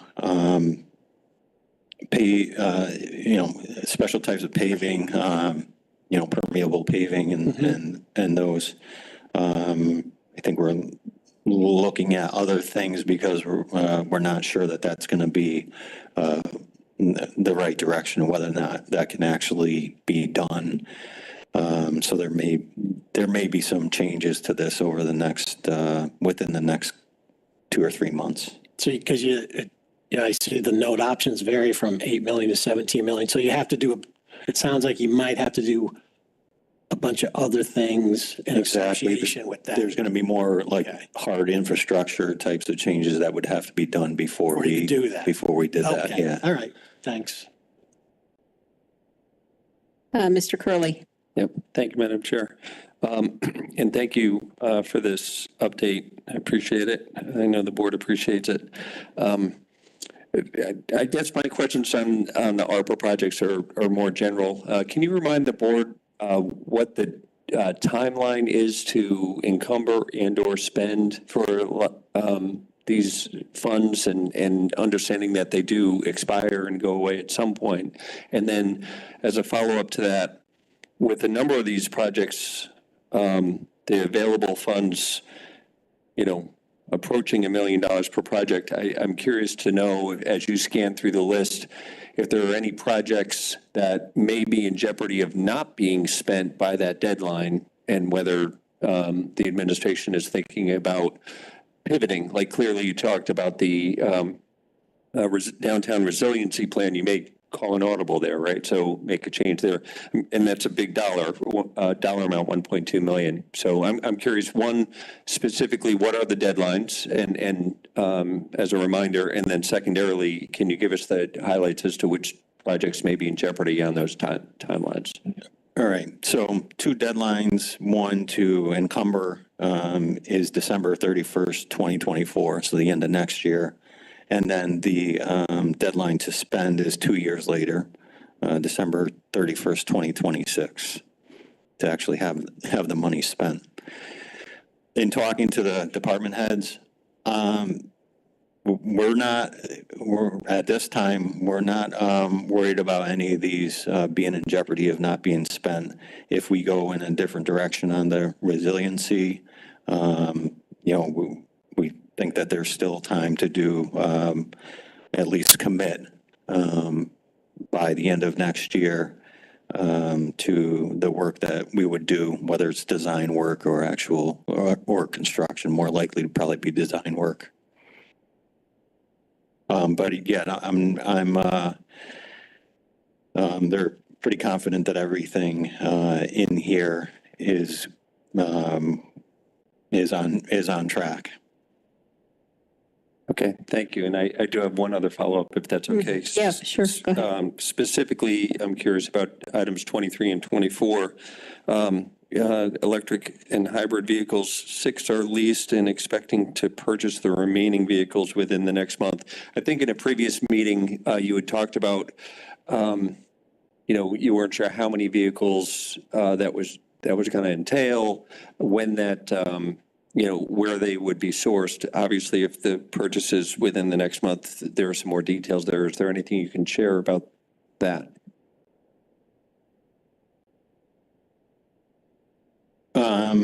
So with the electric vehicle, so all the charging stations are in place and ready to go. We did lease 6 vehicles, 6 Nissan Leafs, which we have now. They're in the town parking lot. We are still developing the plan and want to make sure the plan's in place for how they're to be used. So they're not actually on the road right now. So the lease was for 2 years. The cost of the lease was $62,000. And the plan is that there would be the purchase of additional electric vehicles, probably within the next month. We actually wanted to and tried to put in an order back in February for some Chevy Bolts. We recently, when I say recently, I think within the last 2 or 3 weeks, found out that those have become available to us, 15 of them. So we're still trying to finalize the plan to determine how many of those we will need. The original order for 15 was put in place thinking that that would be the only source of electric vehicles at the time. But over time, we became less and less confident that those were going to actually materialize. And so we went ahead and just to get something done, we did the lease, the 2-year lease of the Nissan Leafs. And then, as Murphy's Law, not too long after that, the Chevy Bolts became available to us. And again, there are 15 of them. We are still trying to determine how many of those we would actually need. Okay. Jim, do you have a follow-up on this item or? Yeah, I do. Okay. It's just, I'm a little shocked, Jared, to hear that we leased six cars when we're going to be purchasing other cars just to get something in the parking lot. I mean, we can use this money. You just said we don't have to spend it we don't have to encumber it till a year from December 31st. So December 31st, 2024. Why would we be possibly just paying an extra lease cost just to get a vehicle there? I mean, I don't know. Maybe, I don't know who's heading this project for the town, but maybe we should just get a presentation from them, because I just don't understand the whole thing. be honest with you. I mean, I don't understand. I mean, you know, Yeah, Ms. Charles is able to get a Tesla in like 2 days. 2 days, and we're sitting here fussing around whether we can get a car, and then we seem to rush into leasing 6 cars just to get something into the parking lot.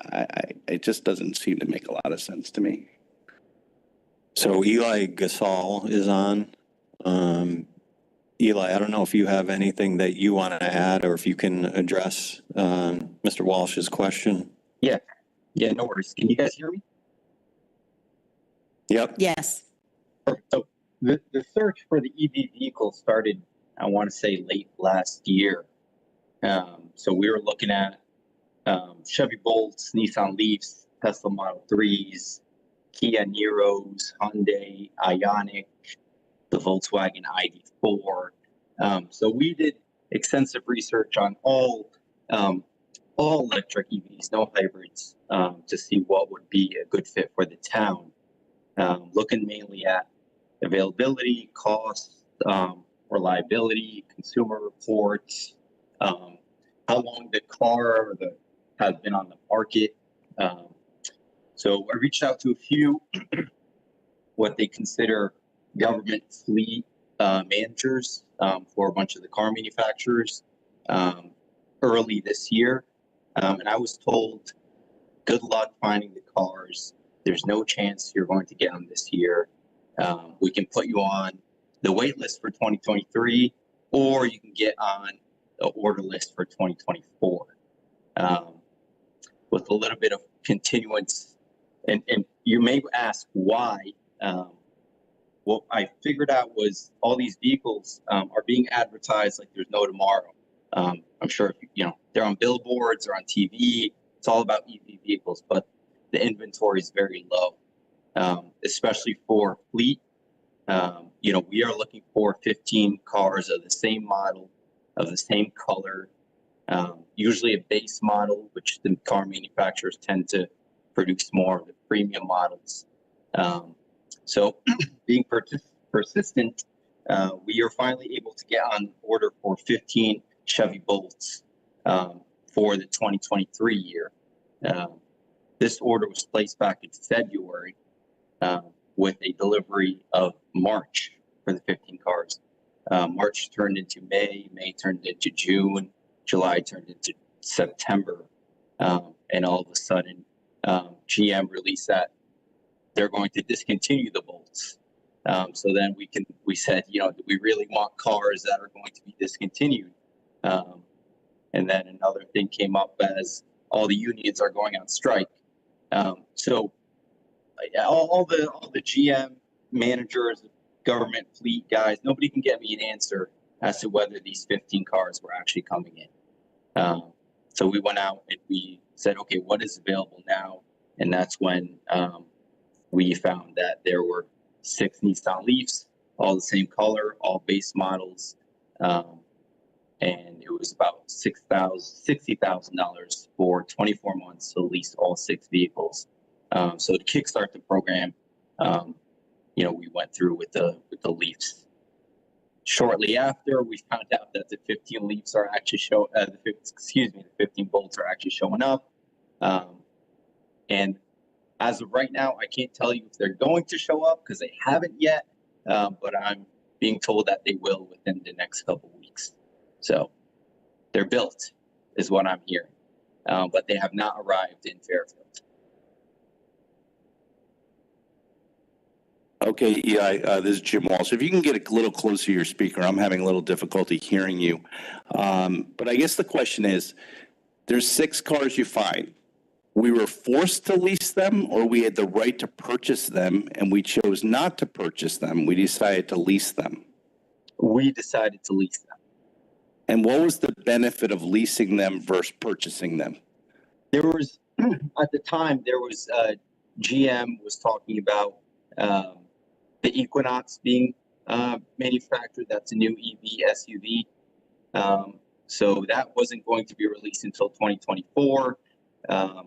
The town, from my understanding, has previously had a Nissan Leaf. So we had one before, so we said, okay, you know, we're used to this car. It'll hold us over until we can figure out how to get more or a bigger fleet order. So that's why we went with the 6 leased Nissan Leafs. And I'll add to that I think 6 electric vehicles for 2 years for $62,000 is a pretty good deal. And what that allows us to do is to be a little bit more flexible. So if there's, if an opportunity comes up later next year, mid next year, for us to purchase something and gives the, so we're not committed long-term for at least a portion of these.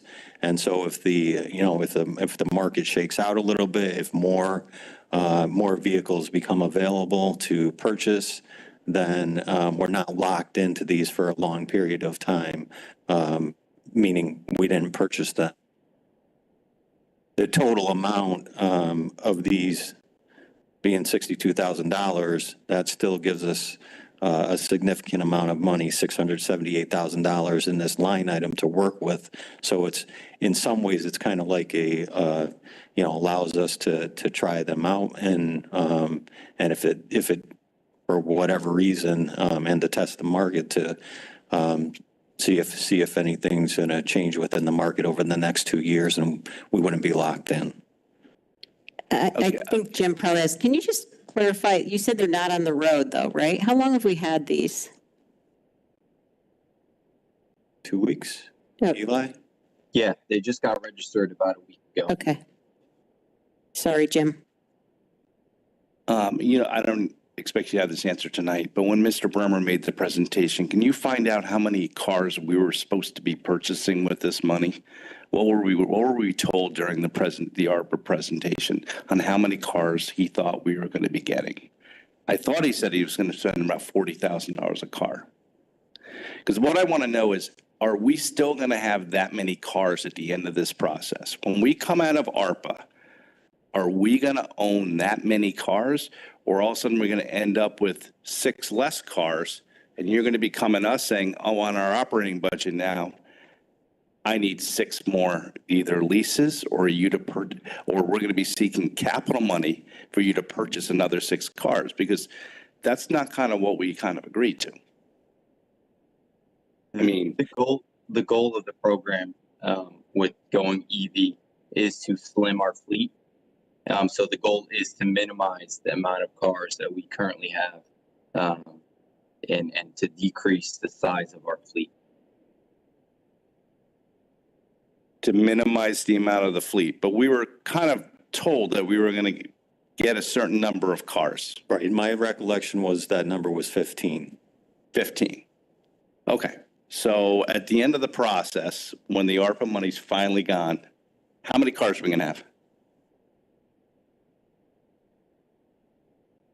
I mean, what I'm hoping you're not going to say is that, oh yeah, the 2 years from now, the leases end, those are gone.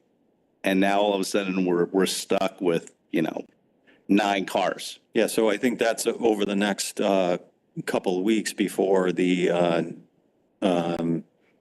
next purchase is made. That's what we're going to be evaluating, is how many do we actually need, given how these are going to be used, because they're going to be not assigned anymore to specific people, and we're working more with like a carpooling system. And so we're working our way through now, trying to determine how much, under that new system, how many are we going to need? Oh, it's going to be a carpooling thing, like you sign out a car, you get a key. There's all technology involved with that Eli could talk about if you want to hear more about that. So nobody will be assigned a car. They'll just get a car every day. There'll be a fleet manager, I presume, who's going to check the car in to make sure that whoever had it that day didn't scratch it or get into an accident. It's more technologically advanced than that, and Eli could talk about that. Yeah, Mr. Bremer's currently in talks with every department manager to make sure that all their needs as far as vehicles are satisfied, to get whatever job they have to get done out there. But one of the ideas that was thrown out there was a kind of like a key box, and the key box is actually a digital. So every employee will get a PIN. If an employee needs a car, they go up to the key box, which would be hung in probably a hallway in town hall. They go up to the key box, they put their 4-digit PIN. The key box opens, it turns green as to what cars they have billed to them. It logs when they take a car, it logs when they return a car, and all that could be audited. That is one option that was, I presented to Mr. Bremer. But again, we'll defer to him as far as the overall plan of the implementation of the cars. Eli, somebody dents the car, but no one reports it for 2 weeks. How do we know which employee did it over the last 2 weeks? The key box has an audit mechanism, so we know who drove the vehicles that for those 2 weeks, and then we can have interviews with each employee to say who did you see the dent? Did you not see the dent? I'm sure someone's going to come right out and volunteer that I did that 2 weeks ago. I presume we're going to have a little robot who goes and scans the car every day at the end of the day, make sure there's no problem. If I'm the next driver, I would treat it almost like you're renting a car, and I would do an inspection of the vehicle, and I imagine this will be part of the policy and the plan that to go out and inspect it, and if you see something, to make a report of that. Well, I can't wait to hear the successes of it. Thank you. Can I just follow up on a quick question on the leases? So the lease date is okay, so these are only 2-year leases. I was just wondering, and maybe how we're going to account for the lease payments through the ARPA account. So it'll be kind of a separate accounting process for that, right? So, but I guess the lease would be considered an encumbrance right now, the entire lease. So we're okay with that. Right. All right. 2026, yeah. Got it. Okay. Yeah. Kind of like the police body things where we do it for 10 years. Yeah. We're spending it all at once somehow. I thought we bought those. No. That's a lease too. That's a lease too. And Okay. 10 years is going to hurt to pay for it. Okay, so a lease is equivalent to an encumbrance under the ARPA in terms of we've obligated that money because we are contractually obligated to a lease. Yep. Okay. Ms. LeClaire. Just a quick follow-up. When we approved the original ARPA money, did we contemplate that we might lease cars, or was it always to purchase them? Because to me, that often makes a difference. I don't know that we were specific either way. I don't remember if that was, a commitment to do it one way or the other. Never in my mind did I ever think we were leasing these. We always own the cars outside, and that's what I personally thought. There was never even a thought of that, or else we would have had a larger discussion about it. Because leasing just tells me what's going to happen after ARPA. We're going to keep leasing these cars? That's the problem. The ARPA was free money. We were supposed to get free cars. The lease is gone in 2 years. I don't know. Do you mind if can I just ask a question about the charging stations? And this is going to sound really bad from someone who has an EV, but I have my charger in my garage, so I never go to, a public charging station. But the charging stations that we put in, does that dictate?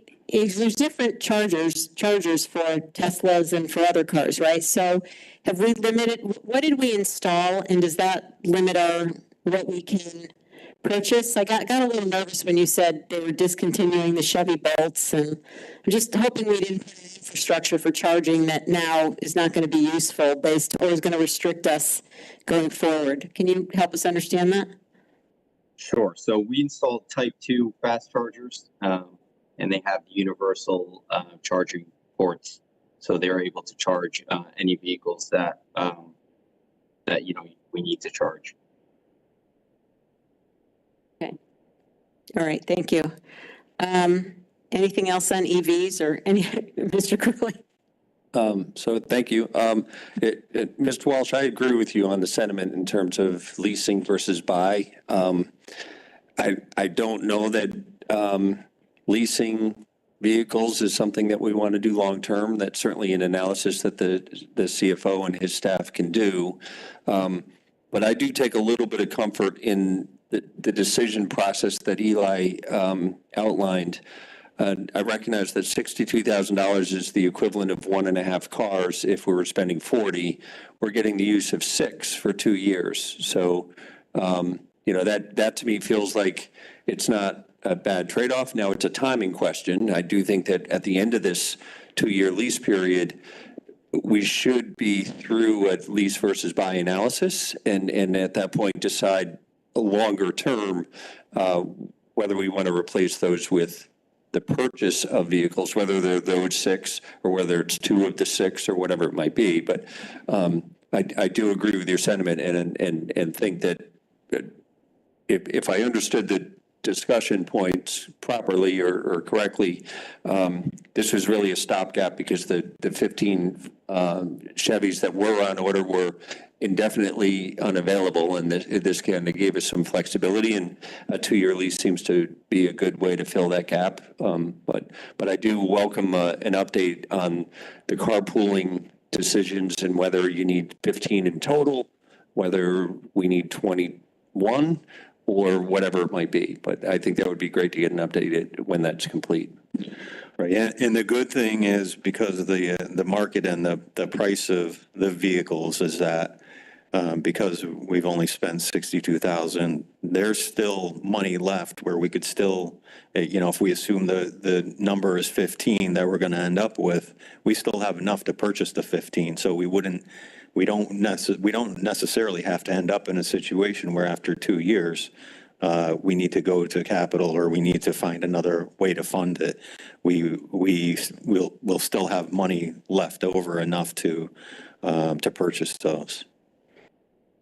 Yeah, just to echo that, the goal is to purchase outright the Bolts, the Chevy Bolts that are coming available to us.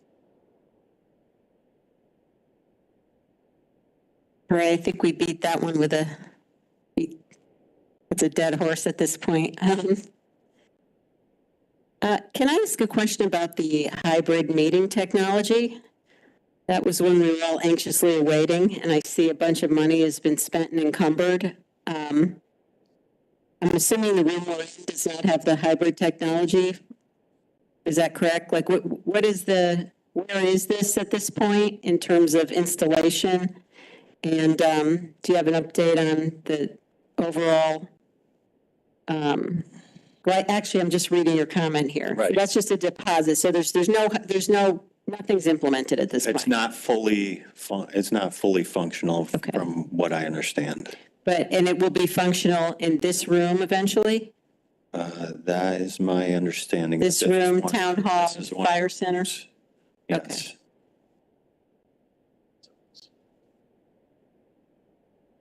Yeah, so right now we're in this room, we have a single camera, I guess, and so this isn't the new system we're going to have. This is the old system. Okay. Right.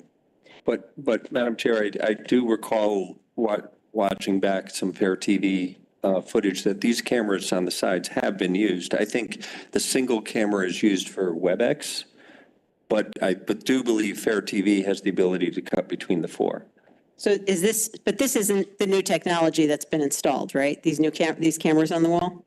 These cameras, I believe, are the. I'm not sure. I don't. Okay, that's okay. Yeah. Yeah, it'd just be helpful because I know, these hybrid meetings are not the greatest, and so we were all looking forward to this project being completed. And yeah, it'd be great to get a status. I think it has been better over the last few months. I think that they've been a lot more It's been a lot more reliable. Okay. All right.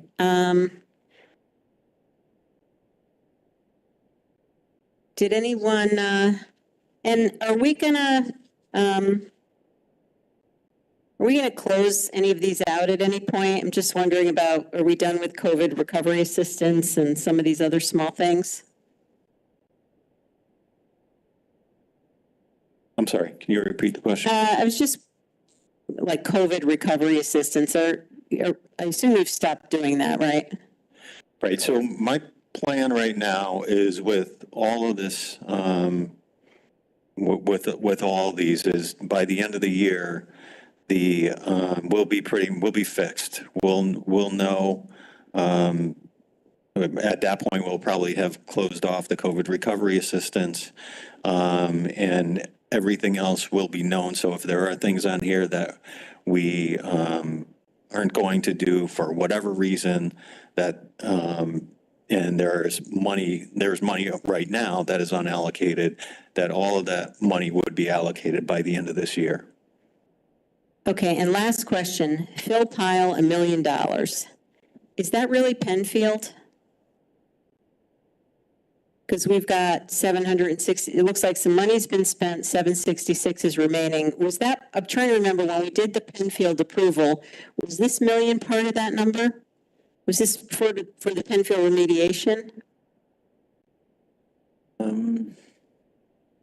It is, okay. That should be Penfield. That money that has been spent should be Penfield. Okay, because Phil Pyle is sort of a loose term, right? It's any contamination from, I thought we did account for that money when we approved. We did. Okay, Yes. all right. So that's definitely on track to be spent. Yes. Okay, Yes. all right. Any other questions from the board? Mr. Walsh? Jared, the amount for Board of Education air conditioning still shows no money's been spent. We're not keeping the money from them, right? No, They haven't requested the money from us, correct? Right. Okay. It's actually showing that it has all been spent, even though it's a journal entry for us. So we're just, it's going to be spent, and we're going to spend it. So, yeah. So They don't have the projects to spend it on yet, correct? No, they have the projects to spend it on. Then why don't we write them the check? They haven't actually spent the money yet. Oh, okay. Yeah. I mean, the work hasn't been done. The work has not been done yet. Okay. Right. Okay, but we're not holding that process up on the town's. No. Okay, because there's people like during the heat period, early September, saying the town's not giving enough money to air conditioning and, holding up money. But money's not even that we've allocated, our body has allocated, has not even been spent. Correct? That's correct. It has not been. Has not been spent. Yeah, so that would probably be applied toward, I mean,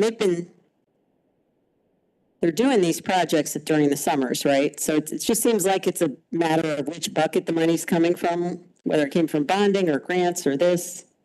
It'll.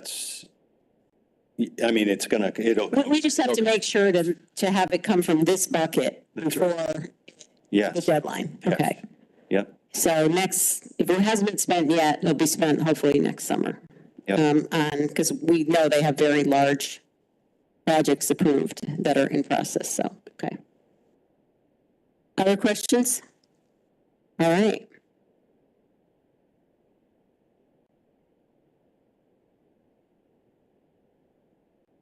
All right, thank you, Mr. Schmidt.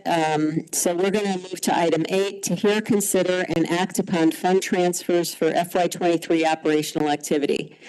Can I have a motion to hear this item? Mr. Testani, seconded by Mr. Walsh.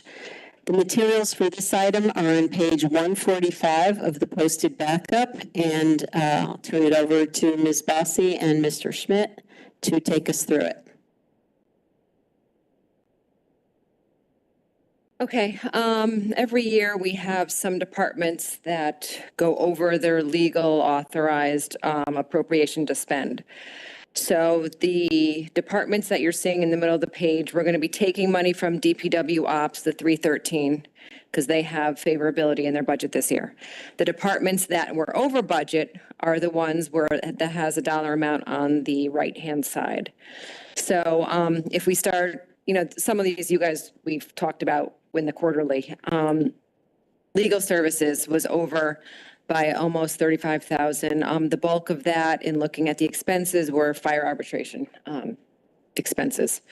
So they need this 34,989 to get them under their authorized spending limit. Fairfield Museum and History Center, if you guys remember, there was a contract for the museum when we took over Burr Mansion that there's a contract that said that we would pay them their management fee, I believe, of the $12,000. Animal control was over budget by $65,000 this year. Again, in the quarterly backup, you've seen this overage for the past couple of quarters due to the head animal control officer working a bunch of overtime hours. A large of it was due to that large hoarding case. So he spent a lot of time working on that. I think subsequent, there's been some position changes there, and they're actually hiring or have hired an assistant. So that should alleviate that problem going forward. So you're saying, I'm sorry, you're saying that amount is payroll overtime? That's 65,000? Yeah. Wow. Yeah. That's a lot of hours, poor guy. I don't know how many hours he's working, but it's got to be a lot of hours. Yeah, It's for the animals that were in his custody, so purchasing Yeah, food it's not and. all over. Okay, yeah, thank you, that makes sense. Mr. Stark? their budgeted overtime was 15,000 and they went over that by 65,000. Okay, so it was 65? Is that? Oh, no, I'm saying that their budget in total was over by 65. I'd have to look at the line item to know how much was overtime versus the supplies and everything from the hoarding case. We took a bunch of those animals in, right? So we had to. Yes. Right. Yeah, I believe there were vet bills and supplies and food and. Yeah, okay. The next line items are ones that you've kind of seen. Recreation Department is the 34,000, again, Burr Mansion expenses. The revenue far exceeded that, but those were the expenses directly related to Burr Mansion for the most part. The waterfront, we've been talking about, their seasonal expenses had been over budget back to Q1 by $58,000. We thought it was going to actually be more than that, but Anthony kind of tried to reel that in for the year, so that's seasonal charges for that. And again, the beach sticker revenue was way over budget as well. The Parks Department had a slight overage of about 18,000 or 17,965. I believe that's corrected in next year's budget. They took over some DPW activities, watering plants and such. So they were slightly over this year, again, corrected in next year's budget. And as you recall, that Parks Department had changed from DPW to Anthony's realm, I think 2 years ago. So they were still trying to kind of feeling out their budget items. The next two are the two golf courses. Again, increased play. We know the revenue far exceeded. Dickman was over, again, seasonal expenses, almost 15,000. Smith Rich, 63. A lot of that's increased play. I think there was also increased costs on janitorial supplies up there, cleaning. And lastly, there was $12,000 that came in for Gould Manor, actually.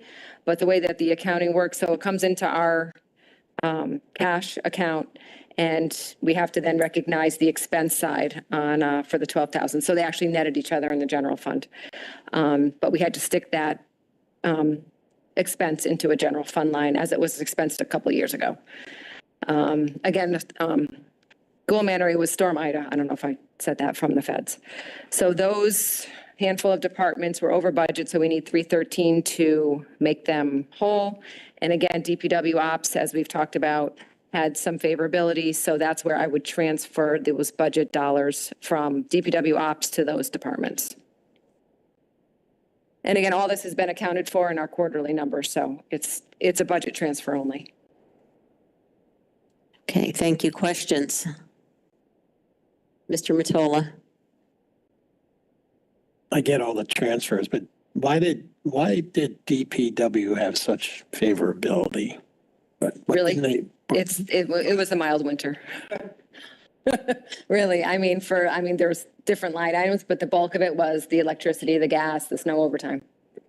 And can you yeah, that is an easy answer, but they also, when we went through their expenses, did a bunch of maintenance, so I can't remember what that was, but it was $700,000 of their favorability that they spent. So how much favorability did the mild winter produce? Like, Well, if I had to say that 900 that I kind of referenced earlier, the bulk of it was under DPW. Okay. Yeah, okay. Because don't forget, all the utilities fall under DPW. So the electricity and the gas, everything kind of falls under their realm. So that's where a lot of it landed. Okay. All right, any other questions on this item? All right, so we will move then to a vote. All in favor of approving the transfers of budget appropriations set forth on page 145 of the meeting materials, please raise your hand. All right, the motion carries unanimously, 8-0. All right, we'll move to item 9, to hear, consider, and act upon the reappropriations of FY23 account surpluses. Can I have a motion to hear this item? Mr. Testani, seconded by Mr. Walsh.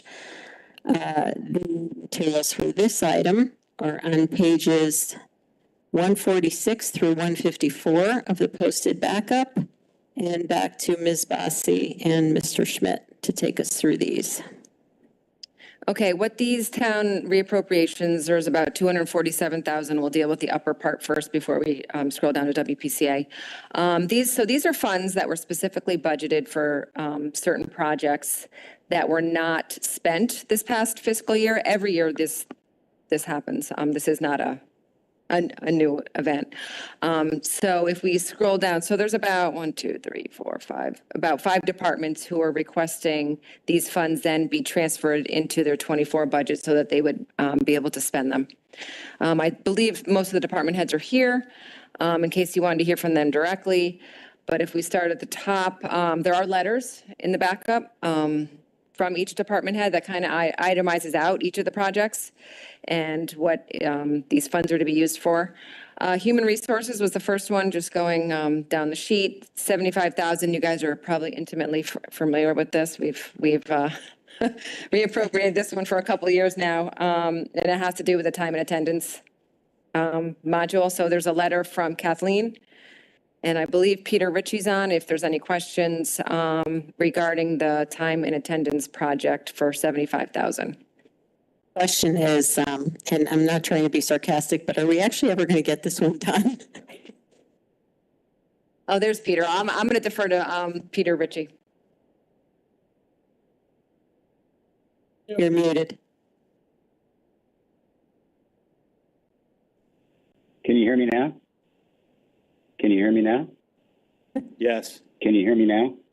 Okay, Yes. thank you. Thank you for your time and consideration. I appreciate that there's a little bit of perspective on this because you've all been evaluating this for a number of years.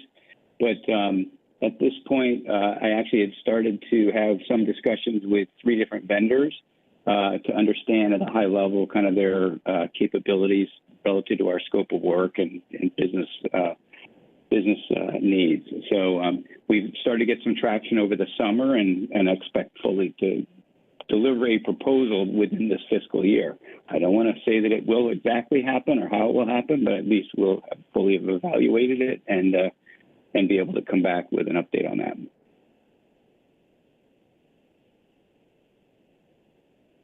You all there? Okay, thank you. Yeah, I think what we had heard about this one was the money was for Kronos and it was for clocks and software. And so you're going back and now reevaluating vendors on this. Is that? Well, considering, yeah, only because I have no history with it. There was no history available to me when I started about 10 months ago, nor for anybody else, candidly, that was available to us on our HR team. As you know, we're all really quite new. And given its technology, and technology is a rapidly changing environment, we felt it prudent to start from zero, but at least move through it in an accelerated fashion. I have spoken with Kronos already. They were one of the 3, but I just like to make sure we're making a prudent decision, not just relying on somebody else's perspective who I've never had a chance to connect with or see any documentation on. So. Makes sense. Thank you. Anyone have questions on this item? Okay. Does any board members have questions on the other items in the list?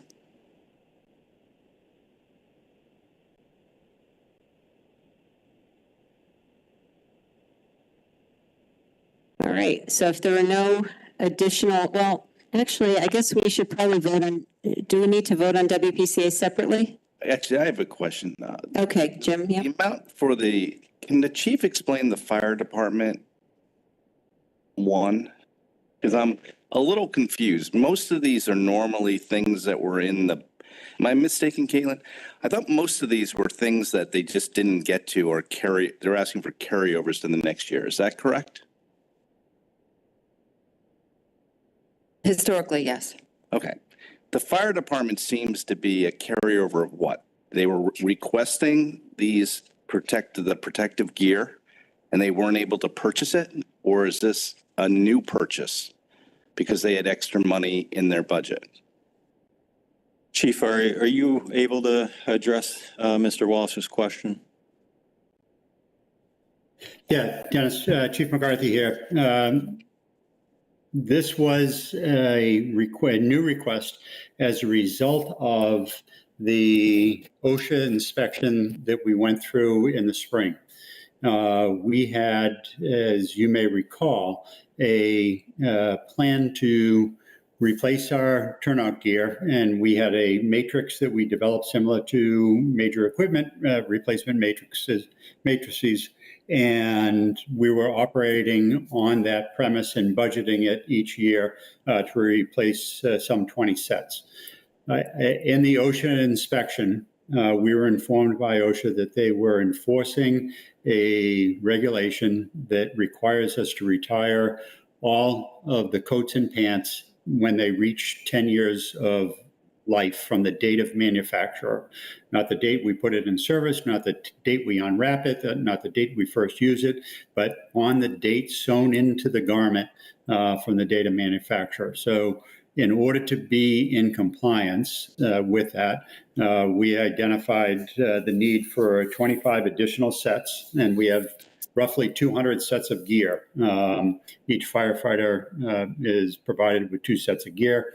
One for daily use, and if contaminated, if it's as a result of exposure at a fire, at a car accident, or if it gets wet, it needs to be cleaned and dried, which we do in the firehouse, we would then, he or she would wear the second set.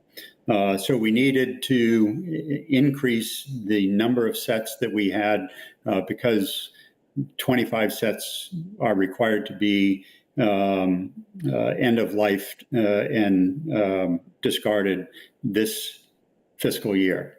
And because of the urgency of this, I requested the authorization for the transfer out of last year's surplus in order to accommodate this purchase. Thank you for that explanation, Chief. The question I guess I have is, why do you have $120,000 left in the fiscal 23, your fiscal 23 budget that you're requesting to be carried forward?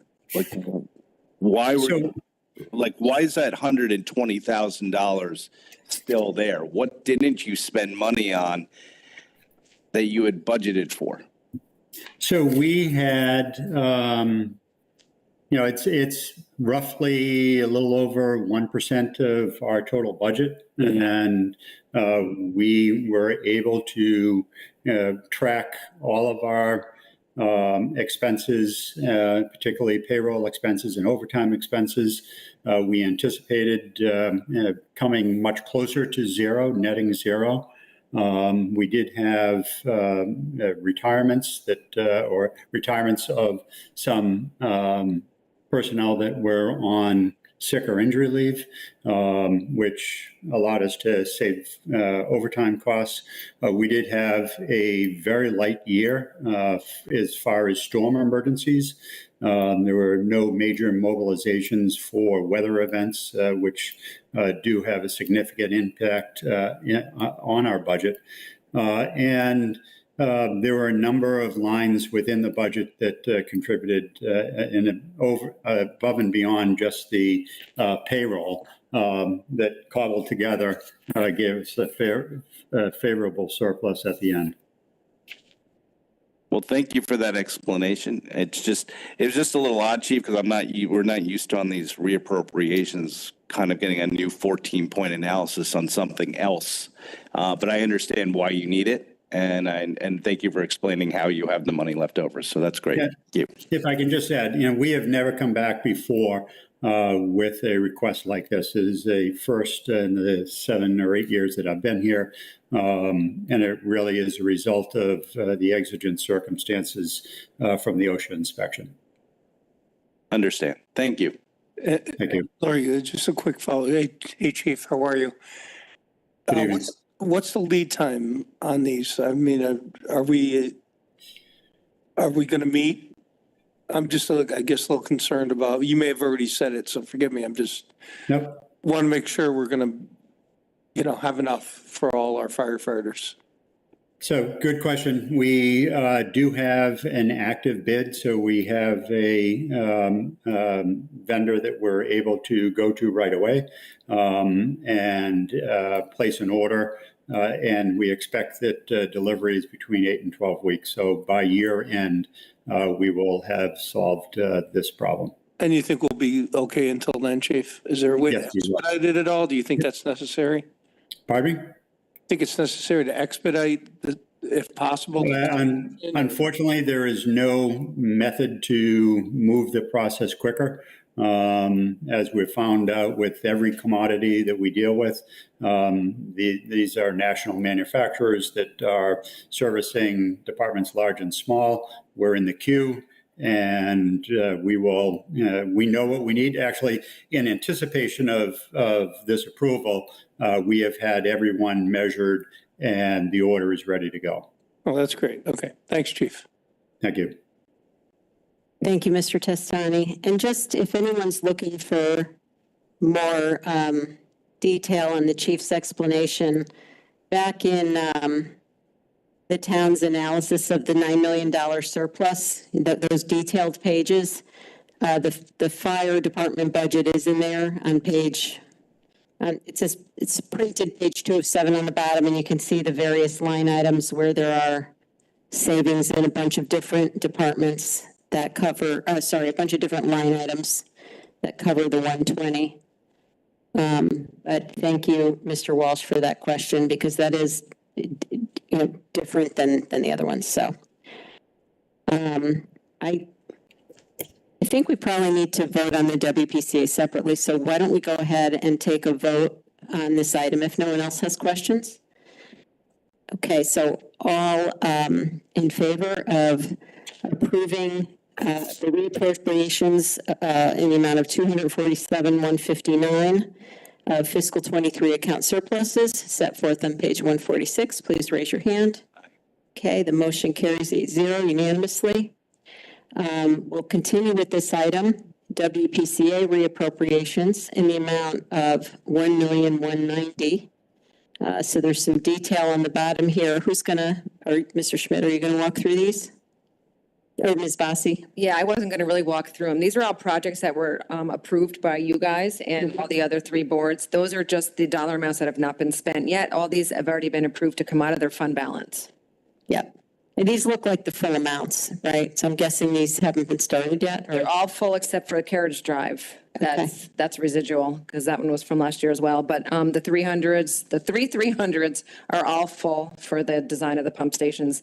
And the last 2, I believe, were just approved, within the last month or 2. Yeah, I remember that 70. Any questions from the board on these items?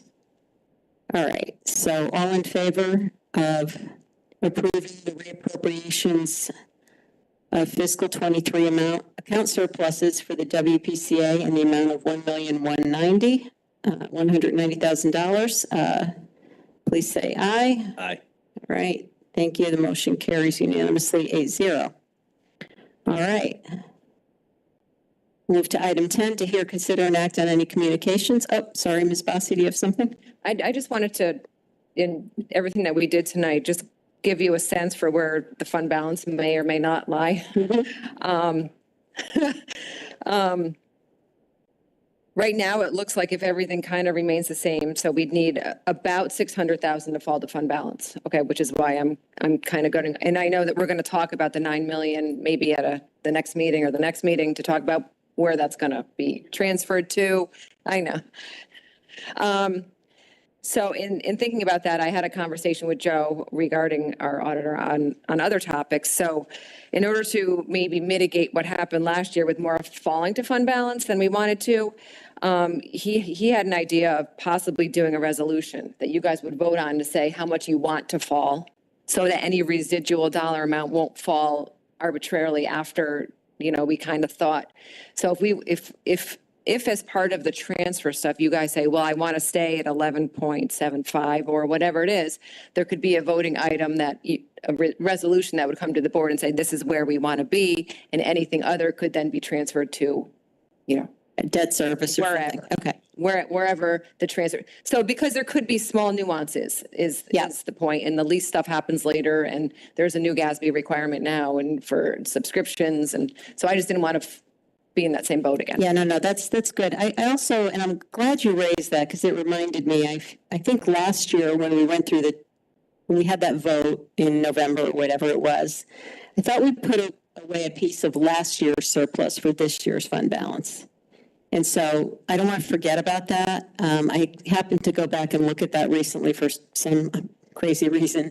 And I want to say it was, I don't know, $600,000 or $700,000, but last year we had a large surplus. And so we designated it in a bunch of different pieces, and a piece, because last year, this fiscal year had no fund balance budgeted, no, surplus budgeted. So since we had the big surplus last year, a piece of it was going to go. So I would make sure we go back to the materials, and that's the number I'm thinking of, but it might be covered by that. So I don't know if we park that in debt service or where. It's probably in debt service, but that would, I guess, would have to come. We would probably have to vote to transfer that or something so that it falls to fund balance, so that we're using that in the appropriate way. And that might cover what we need, but okay. All right. Okay, so thank you for that. All right, item 10, hear, consider, and act on any communications. Jared, you have anything? Okay. Anything else from the board? I will make a motion to adjourn. Second, all in favor? All right, good night, everyone.